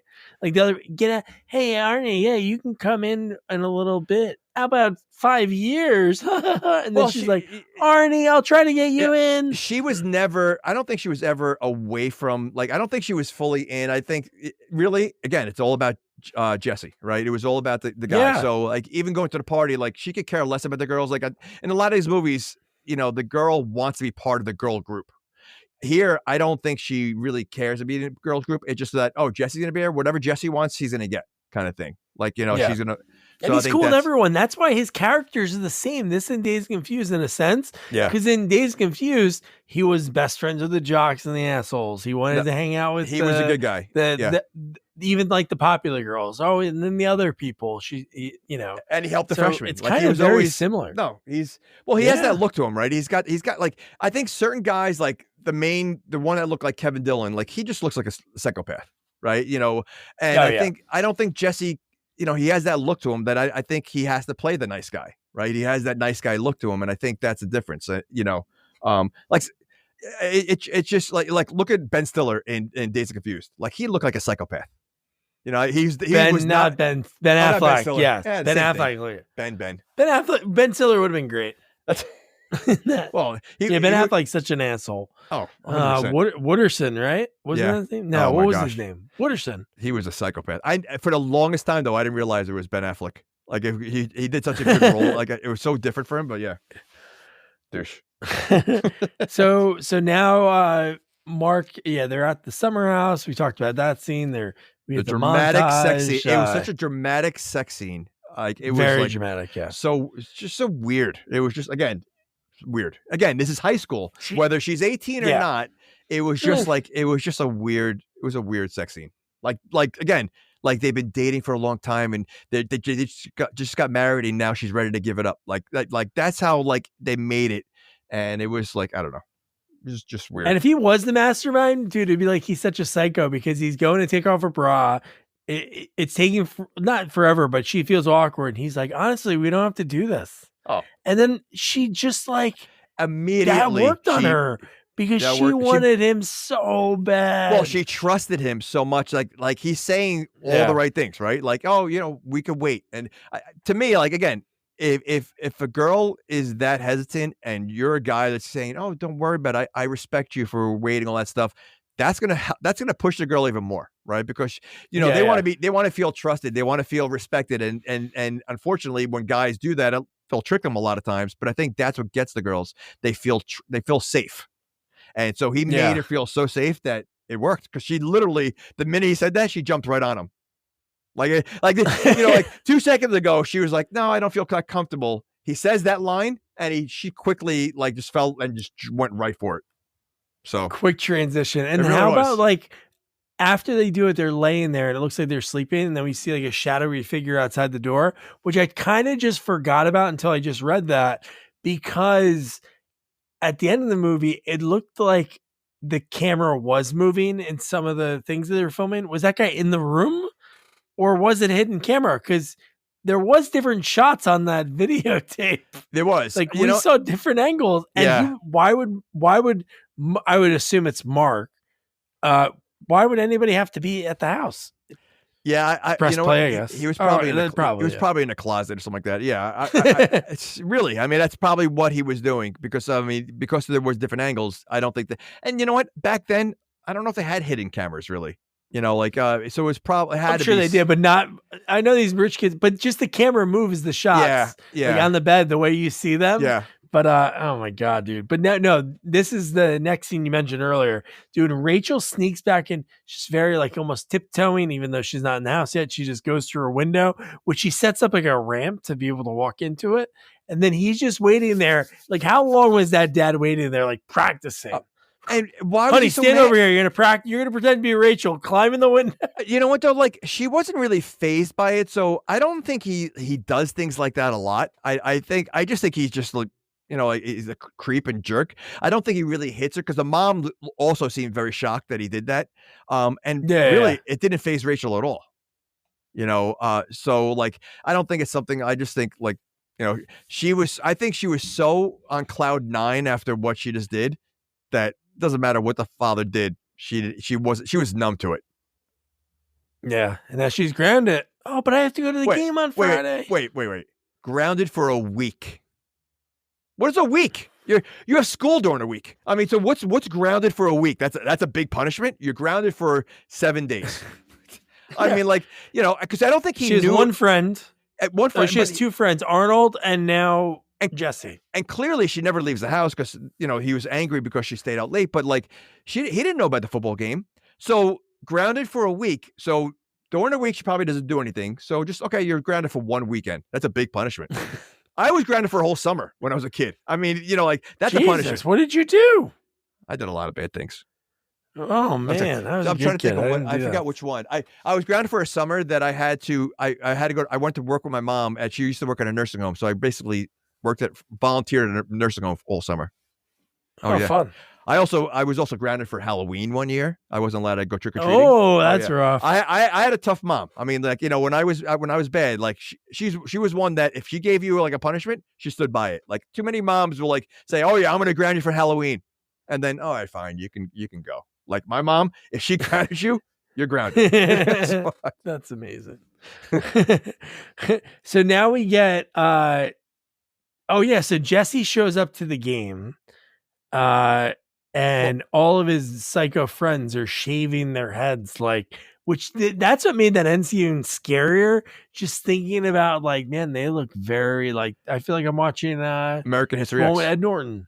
American History X. Dude, they look nuts. They look, and you know what? It made me think why don't more schools do this? Because they, imagine playing a team that they all shave the head like that. They look like psychopaths. That's something even a wrestling team, the whole team shave their heads. That's pretty intimidating, right? That's intimidating wrestling, but you're wearing a helmet. So do you know what's funny? You mentioned that there's a story. I forgot what teams they were from 2 years ago. I don't know if it was Ohio State playing somebody, but they said they knew they were going to destroy the team they were playing because they were barking and growling in the tunnel. And they were we're going to kick the shit out of this team because they think they need to do that to get on our level. Yeah, but you're wearing a helmet, but walk out of the tunnel with the helmets off.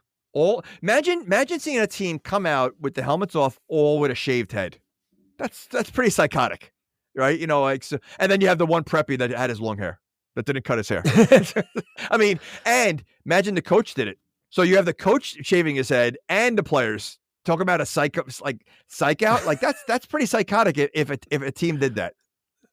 That would be pretty. Yeah, if they could show it, yes, that would be something. Yeah. Okay. But usually you run out with your helmet on. Okay. So you're running, you're holding your helmet. Yeah, but that's not a rule. Take it off, and you come out with the helmet off. That's all.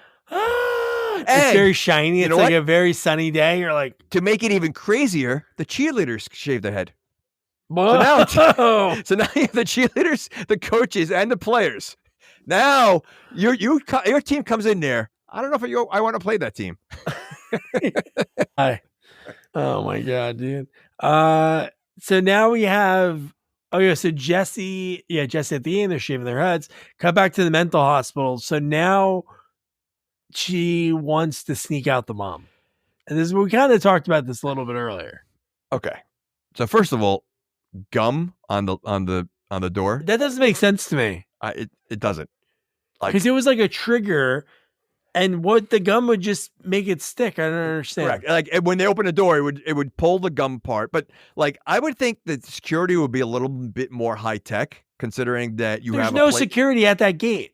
There should be a security anytime you can get through something. 100% there should be security to get inside. There's somebody, Correct. but not to get out of the whole place. It should be way harder. Plus the security inside. I mean, she easily sneaks her out. Like it was that ridiculous. Easy. So a lot of those patients that even though they might be a little crazy, they're smart enough probably to be able to sneak out. If they can sneak out that way, the security's not that good. They were smart enough to help. They understood to help. They're slamming their heads on the windows. You look like a Muppet just now. I guess that was kind of like a Kermit with the when he throws their arms up. Yeah. So now Rachel's listening to the football game on the radio, and then this is like when we hear we get to the end of the game. But here's the biggest thing. I almost mentioned it earlier, but Brad. So this was the biggest game to his life because all the universities were gonna be there. It was just King's University.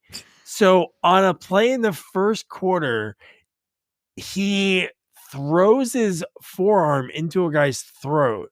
He can't breathe. He gets ejected from the game.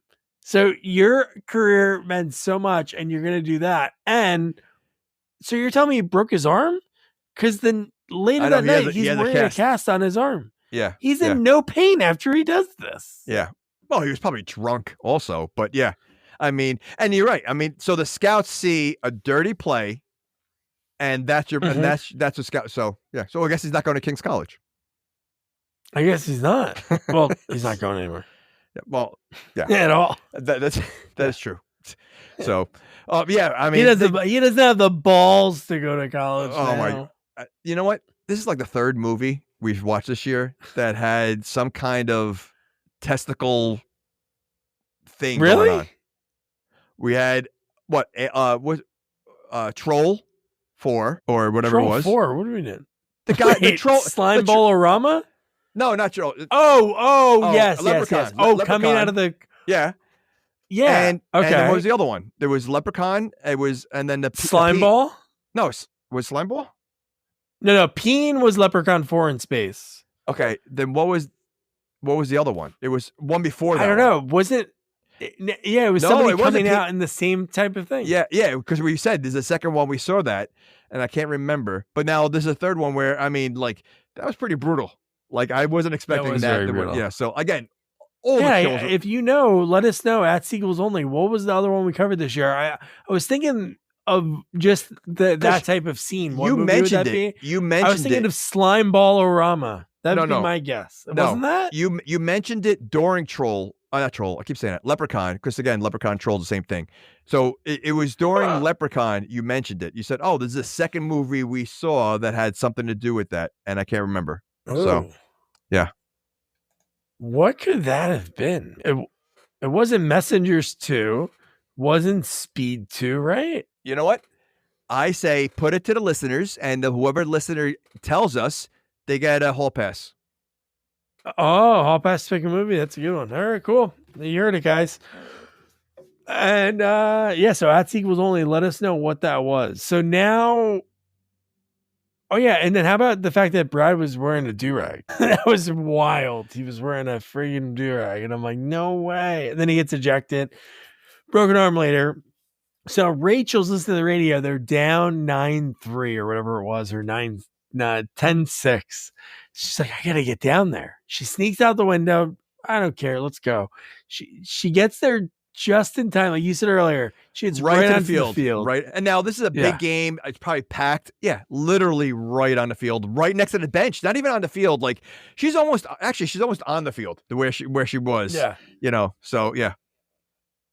Do you think they purposely didn't make him the quarterback because he was already the quarterback in Dazed and Confused? Because it was very silly that they had him as like this very lanky receiver. They throw up a Hail Mary, he catches it, and then from that, he's getting to meet with they did nothing the whole game. They throw a bomb to him. Hey man, we like to, the scout from King's College is here and he wants to talk to you.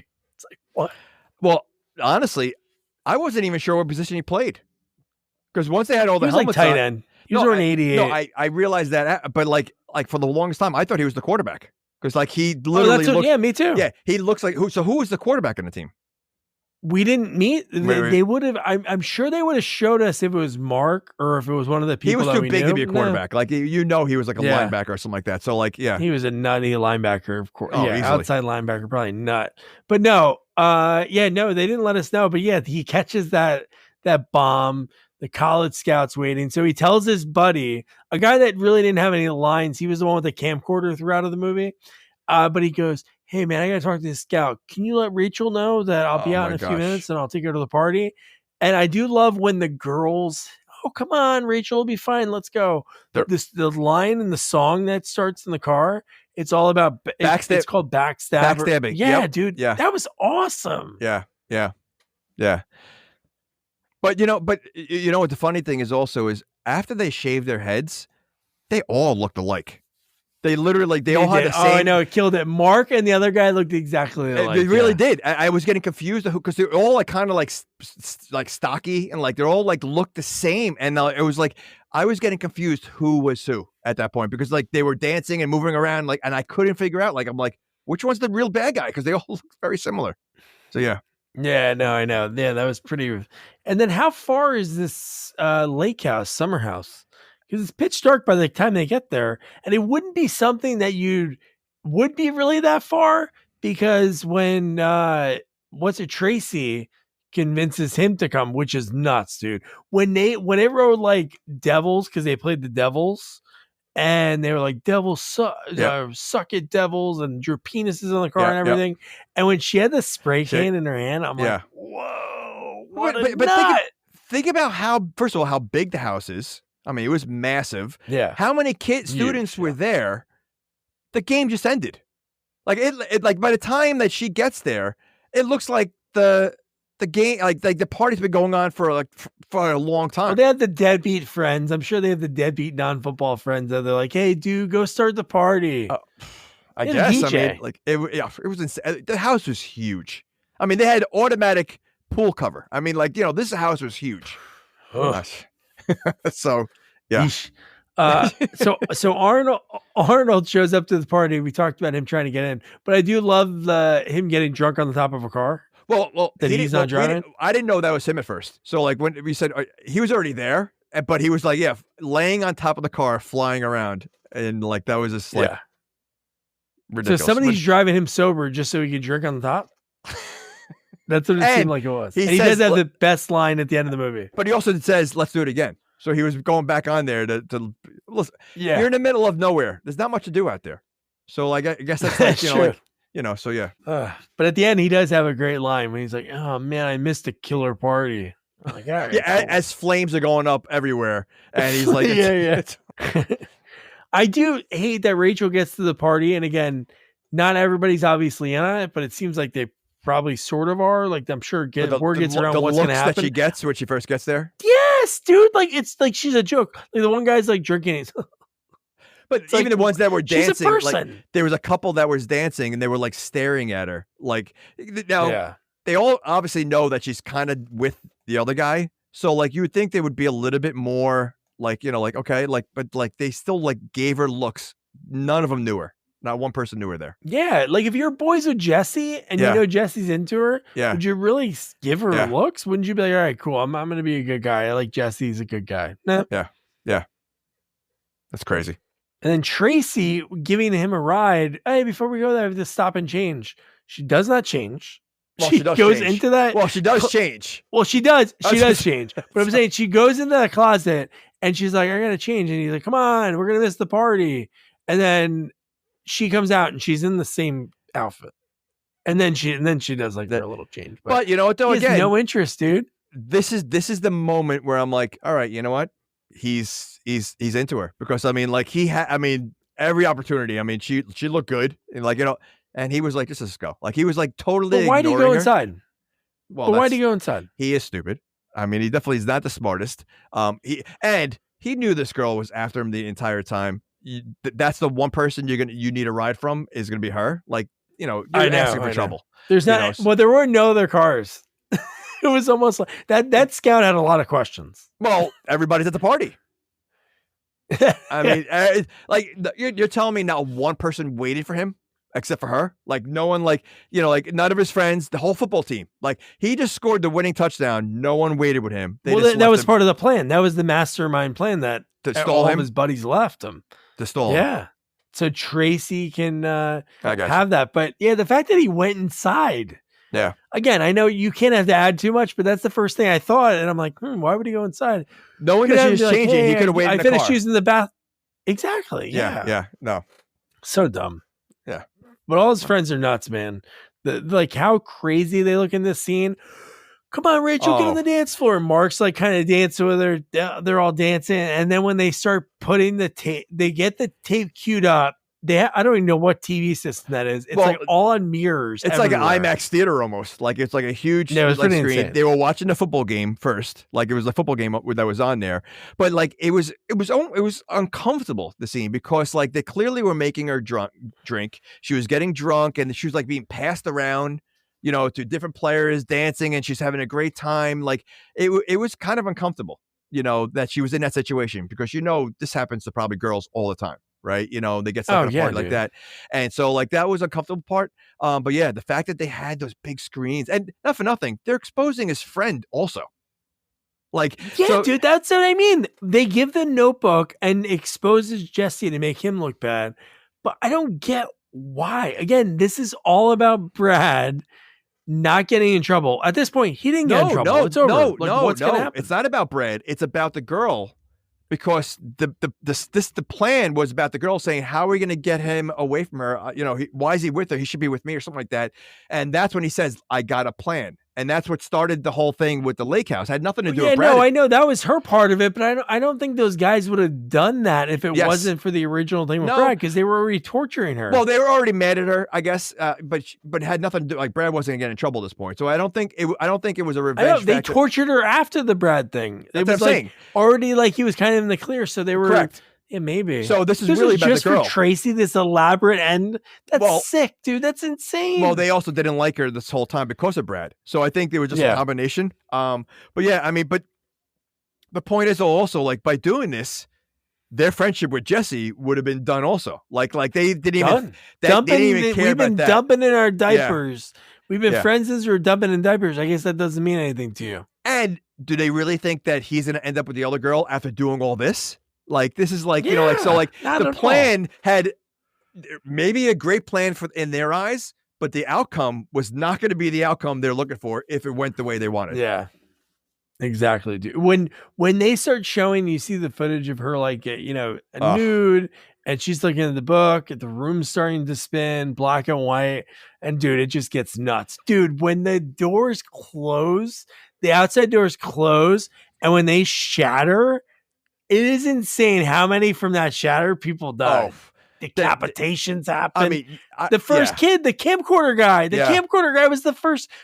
You see his head just on the ground. So, but why did she get tattoos, like the veiny tattoo all over her body?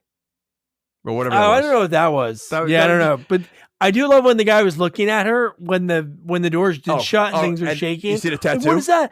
And he sees the heart, and then he was the first guy to die. That was pretty cool. No, that was cool. But then when you see these veins coming out, and then it's stay there forever. It kind of like made it to me a little. Yeah, I don't know what cheesy. that was. That was kind of it- silly to show that. It was Yeah. because it didn't happen to Carrie. Like it was a completely different. Like they just made her look more crazy and evil. But that was a little weird. I don't know why they did that. So Nicole, if you know why those things popped out, let us know. Yeah, please let us know. But we do get one of the greatest kills in the movie. Like Harpoon? I do feel bad for the counselor. Oh, But the harpoon. wow. Well, it wasn't. Oh, it my was a God, double dude. kill. It was a double That's kill. what I mean. It went. Oh. She wasn't trying to kill the counselor. It was the guy Correct. getting away, but it goes Correct. through him and then Yeah. right through the door. No, like I dude. said, this scene, is listen. The movie itself, I think, is okay. Nothing great. If anything, just fast forward to this scene and just watch, like, because I think the kills are The death pretty by crazy. CDs. Yeah, the I mean, dude, the CDs yeah. to the girl that looked like Everything. Tracy, just getting dismantled, dude. No, they were very creative. Like, like I don't remember like the full prom scene in Carrie. I think it was just a lot of fire, going on. Here, it seemed like every kill was different. Like every kill was something. Which It was like again, a Final Destination. What can we up ourselves with the special effects? Like, even the harpoon, when all of them are like, again, is the dad hunting whales? He has three harpoon guns. Yeah, one for each kid. Wait, who owns a harpoon gun? First of all, like I mean, that's like I've never seen one in person. I've never seen one. No, in person. Why would you? Why would you need to see a harpoon? I mean, So, but I do like the fact that like it was almost comical. The three of them upstairs looking for some looking for guns or whatever. Yeah. Like and they were like sticking together. So like it was like, all right, what do we do? Like it was, they're saving the best three for last. So I thought that was pretty funny. But yeah, it was insane. But right by the scene. pool, dude, when you see the three standing there, and you're thinking like, all right, what's gonna happen? And when she makes the girl from Iron Eagles forward with the glasses shatter, oh my gosh, and then that makes her turn, point, and pull a trigger. And it goes right through friggin' Brad's. You see everything get taken off. Yeah. Everything. And it goes into the pool with like a kerplunk. Like you hear that. Crazy. I mean, like, again, the glasses alone, like, is such a creative thing, right? Like, that was, and then, the combination, that kill or that combination was total Final Destination, right? It was like one reaction to another. Yeah. So, yeah, that was pretty crazy. And then Mark shoots her with a flare gun. Oh my God. But she seemed to be okay. Like, like, I don't know. Like, first of all, well, we're not there yet. We have to get to the pool first, and then I'll talk about the. Oh, okay. I know what you're going to say too. I guarantee we're thinking the same thing. But no, the flare, she was like sort of bleeding when she went into the pool. She was. But I'm telling you, I've talked about this scene in this podcast, which we've been doing this for 6 years now, over 374-ish episodes. And again, this scene haunts me from when I watched it on pay-per-view when I was a kid. When Mark is in the pool and that cover comes and how fast it is and hits him in the head and he's stuck underneath, frightening. Nightmares. Well, that is my nightmare. There was a movie that came out last year, I think. I actually watched it, about these two girls that were swimming and the pool cover goes over them and they're stuck underneath it for like 24 hours or something like that. So like, what? It came out last year. It was, and then there was a girl that was asking for like their credit card information that could have saved them, but like, it was like, I'll get you the name. It just came out last year. I just watched it. It was, stupid. Really? Yeah. Oh yeah. It was in a theater, I think. Like, yeah. So. What? A movie about that was in the theater? They were undercover in a pool, like they were swimming in a pool, and the cover went over them, and they were stuck in there because it was over. Oh, it was for the weekend, so like they were stuck in there over the. Yeah, it was a whole. Yeah, I'll get you the. Was that from the writers of the people in that movie where the two girls climb up the big pole? It came out at the same time, but yeah. Oh my God, dude. So now, so he dies, dude. Oh my God. That's insane. She rips through it though, right? How did she rip through it? Oh, she rips through it with the harpoon. She grabs the harpoon. Okay, you're right. She rips through it. She gets out. She hears her mom screaming. Again, her mom, who's again, due to her Yeah. mental thing, she Yeah, yeah. hasn't been around that much. And guess what? She's still not around because her mom's like Satan because she's looking at the lines on her, the veins throughout her body. So she's Yeah. like, oh, okay, whatever. It'd be great if you wiped her mom away. All right, fine, get out of here. Sends her, throws her through the wall. Yeah, no. Does the mom die or no? Does she end up dying? No, she doesn't. No. Okay. She just says my kid's crazy, right? Okay. She says like my kid's crazy. Yeah. The devil, Satan, and now now Rachel is finally getting up, and Jesse and Tracy are getting to this party. Walking in, obviously they are, dude, when they show the damage on the ground, which I know we've seen it throughout the scene going on, but when they're looking and just like, it's nuts. And she sees Tracy right away and she kills her. Why? Like, really quick. Why would you even walk in that house knowing, like, seeing all I the don't know. fire, the dead, okay, the minute you see one dead body, you're like, or the decapitated head, I'm out of there. Like, I don't care what, like what could possibly possess you to go further knowing that, well, that could be you real soon. Like, because you have no idea what's going on, right? You right now you're thinking there's a psychopath here. He doesn't know it's her, but there's a psychopath here that's killing everybody. Wouldn't you just turn around and leave? Like, why keep going in there? So, but he's so in love with her after 3 days that, Call 911. Yeah, right? something. Yeah, Which shouldn't be the first thing they do. Nothing. No, they walk in, they see that dude, and just this whole scene again. We talked about the twist that we kind of wanted to happen. Yep. But I love when she throws the notebook to him, and it opens up right to page 30 or whatever the page was, the right page, and it has her name, 30 points, and she turns on the TV. So she has the power to do a lot of things. She throws Jesse in the air. She can throw anything. Go ahead. And she can rewind tapes. But correct. When something falls on her, she can't. Yes. She can't move. She can't use any of her powers to get that off. Like that to me was the dumbest way for them to get rid of her, is that she's pinned down and she can't get out. What was dumber? The fact that she was able to unscrew 4 things with her mind and that caused the roof to collapse? Because that's what happened. Because Jesse was standing in that and you saw these big screws starting to fall out. Yeah. And you're like, oh, okay, she's going to kill him.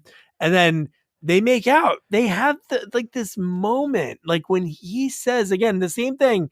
It's almost like in Austin Powers with Will Ferrell when it's like, oh, damn, 3 times. I got to tell you the truth.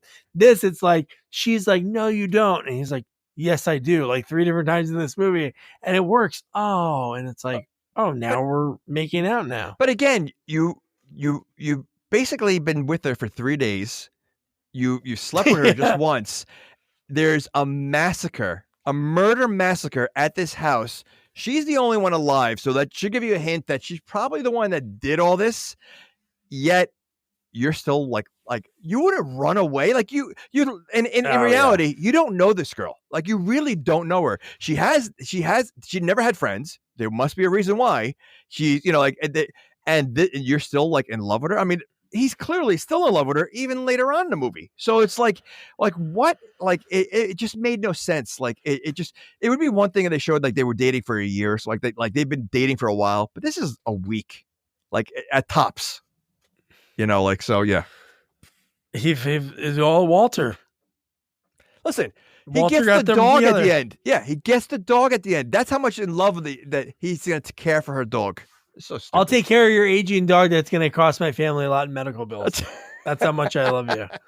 But even her, like, so they're getting ready to kiss. The roof collapses on her, and then Jesse won't leave. He's even like grabbing something. He lights on fire. I was gonna say, he's on fire. He's still. And he's pretending he's not, which is pretty cool. And he's like clenching, and she's like, "No, Jesse," and she takes him and just throws him on top of the pool, so he's not on fire anymore.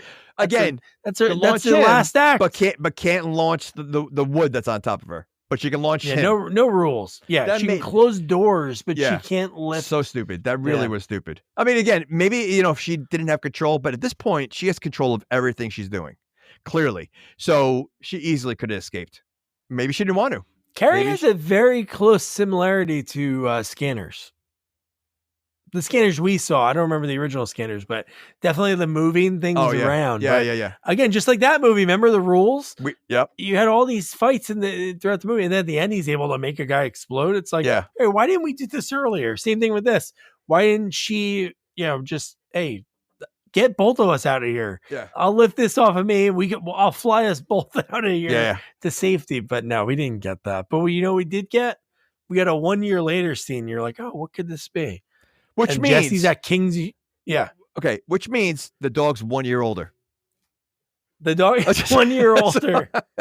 And living at college with him. Yeah. Oh my God, dude. At King's. So we see he's at King's. It's on his shirt. It's on his wall. And the dog's like starting to whine. Okay. The dog's got to be 15 years old. Okay. First of all, the dog's 15 years old at this point. I mean, the dog was around when she was younger. And now so the dog is 15 years old. Yeah. Okay. Go ahead. Ay. But yeah, the window flies open. He gets up. He closes it. And then she's there. She comes through the window. This whole scene, I honestly don't understand at all. I don't understand what happens at the end. Keep going. Okay, it just like was he hallucinating all this? Was it like just in his? I don't know. Like if it was real, because even like what was the point of the fading away of her turning what she turned to stone or old or whatever it was? She turned into like an old creature. Yeah. Like, what is that? Like, they don't like the ending did not explain anything. Like, it was like a weird ending. Like, like it would have been better if he has a candle there, and all of a sudden the candle lit fire out of the blue, right? Like something like that. Like, all right, she still blows out, something like that. It's like okay. Something. But to have her turn to a creature and then like crumble, like it just made no sense. Yeah, she looked hideous. She looked like there was something wrong with it. She looked like she was obviously dead for a year. That's what she kind of looked like. She looked like, but that's what we get. Like we get that nightmare. Yeah, and he wakes up. That's the end. So he has a nightmare. Yeah, weird. But give us an explanation what that was. Like, I mean, like it's one thing to see her, but like, why turn to an alien or creature and then crumble? Like, yeah. Well, that was a nightmare he was having, but why is he having that nightmare? Why do we have to? In his nightmare, she's like a creature. She turns into like this green creature that's kind of folded into itself. Wait, I don't know. He's also in college now, a year later, and he's still thinking about her. He knew her for 4 days. Like he knew her for 4 days. That's 4 days of his life. He's in college. And a year later, so he's meeting tons of girls there, and he's still thinking about her. Is he? His Walter. What do? You bring a date back? Oh, who's this? This is funny story. I did. You also know the dog's days. probably crapping and peeing in the room all the time because he's too old that he's not going to make it outside. Like, I mean, like that dog's a burden at this point for him. I mean, it's not even his dog. I mean, really. How are you able to have he has that in a regular dorm? No way you get a dog and in a regular dorm, and it's a single bed, so he's not even sharing. The dog is what, like a basset hound? So they don't walk that fast. Yeah. So how for the dog to be 15? How long do you think it takes the dog to get outside, go down the stairs, and get outside? Oh, man. I mean, it's a pain in the ass. It's cutting into studying time for this kid. That's what. Listen, oh man, it smells like old dog there, so that's why like when girls go there, they're like, oh, never mind, and they probably just leave because it probably reeks in that room. And it works for him. For him, he's probably like, I want this dog to live forever because I want to think of Rachel forever. But as soon as that dog's gone, he's gonna be swimming in it. So stupid. But that was Carrie 2. Nicole, thank you so much for recommending us cover that. Hope you enjoyed it. And again, happy belated birthday. So Jamie, I don't know what to say about this movie. But I feel like most of the movies we cover, I know what you would say at the end. This, after talking to you, I don't know. Would you recommend somebody to watch this movie? I would recommend someone to watch the last 20 minutes. Okay. That's it. I mean, to me, again, I don't think the movie's great. I don't think she was, I don't know. I just don't think the movie was that great. But the last, the party scene at the end of the movie is so insane that I think that's worth watching because the deaths are great. I mean, if you think about it, really, like for a Carrie movie or a horror movie, there's really nothing going on except for the first 5 minutes when she jumps off the building. there's really literally no horror in the movie until the end. Oh right? yeah. So it's like, Exactly, yeah. so it's like, I mean, even like the you would think the scary part when they're pranking her at her house would be a little bit more scary, and it wasn't. It was like more silly. And so like I feel like, like if you're looking for a horror movie, this is not it. But if you're looking for like, you want to see a good like a horror scene, I guess, and even then it was kind of comical, like the again the way the deaths were, like they were gross and horror-ish, but they were like more of a comedy because they're like crazy deaths, So I think I would say go to YouTube, type in Carrie 2 the party scene, and that's all you need to watch. Yeah. No, I'm not gonna lie. I enjoyed it. It was good. I don't know if it's maybe like the way the movies we covered so far this year, but I think also it was like one of those movies I do remember watching like when it first came out, and it felt the same, which is good, especially when you're getting older and you watch movies even like from 10, 15 years ago and you're like, oh man, how's this? And it's like, whoa, this is kind of the same thing. But did you watch the Carrie remake? I just found that was the thing. Oh, okay. That came out 3 years after this. That's nuts. I don't even remember. And I looked up the cast. I think there was only one name that I knew in it, and it was an older actress. I don't know, but yeah. Oh man. So that was Carrie 2. Next up, it's finally time, guys. Friday the 13th is in 2 weeks, and for the last few, because there's 12 sequels or 11 sequels, and we have covered 9 of them, and most of them we talked to people. Most of the movies we talked to multiple people. I think 3 or 4 people that worked on part 7, 3 or 4 people that worked on part 8. So it's been amazing. And then we just got to the point we just weren't getting lucky for the last 2 times that we did it. So we just said, hey, let's do Jason X. And then luckily we talked to somebody for Jason X, the script supervisor. But for this, Jamie nailed it, man. Russell Todd, we're going but we're going to be able to cover Baghead Jason. So you really need Friday the 13th part 2. So you gotta watch it again for Friday the 13th. But before that, Russell Todd, actor, awesome guy. What an amazing career that he's had, just for being in just a seminal part of the franchise. He's the first person that dies from Jason by a machete. And it was cool because Russell's first horror movie that he did, that came out like a year before this, he died by machete in that movie too. And he was also in Chopping Mall, which is like such a cult classic. We talked about him transitioning and working with, it was funny because I just looked at it in my notebook, Charles Pappert, which I know the name now. He became a Steadicam operating agent because that wasn't a thing. So Russell started his own like firm. He was doing that for a while, and then he just got back into acting a few years ago. He's having a lot of fun with it. Cool guy. Great story about working with Sharon Stone in an international commercial that did the joke of her uncrossing her legs. But yeah, so really cool. So don't forget to review, rate, share our podcast. Follow us on all social media at Sequels Only. And don't forget to check out our website, sequelsonly.com. Good night. Good night. Good night. Good night, guys.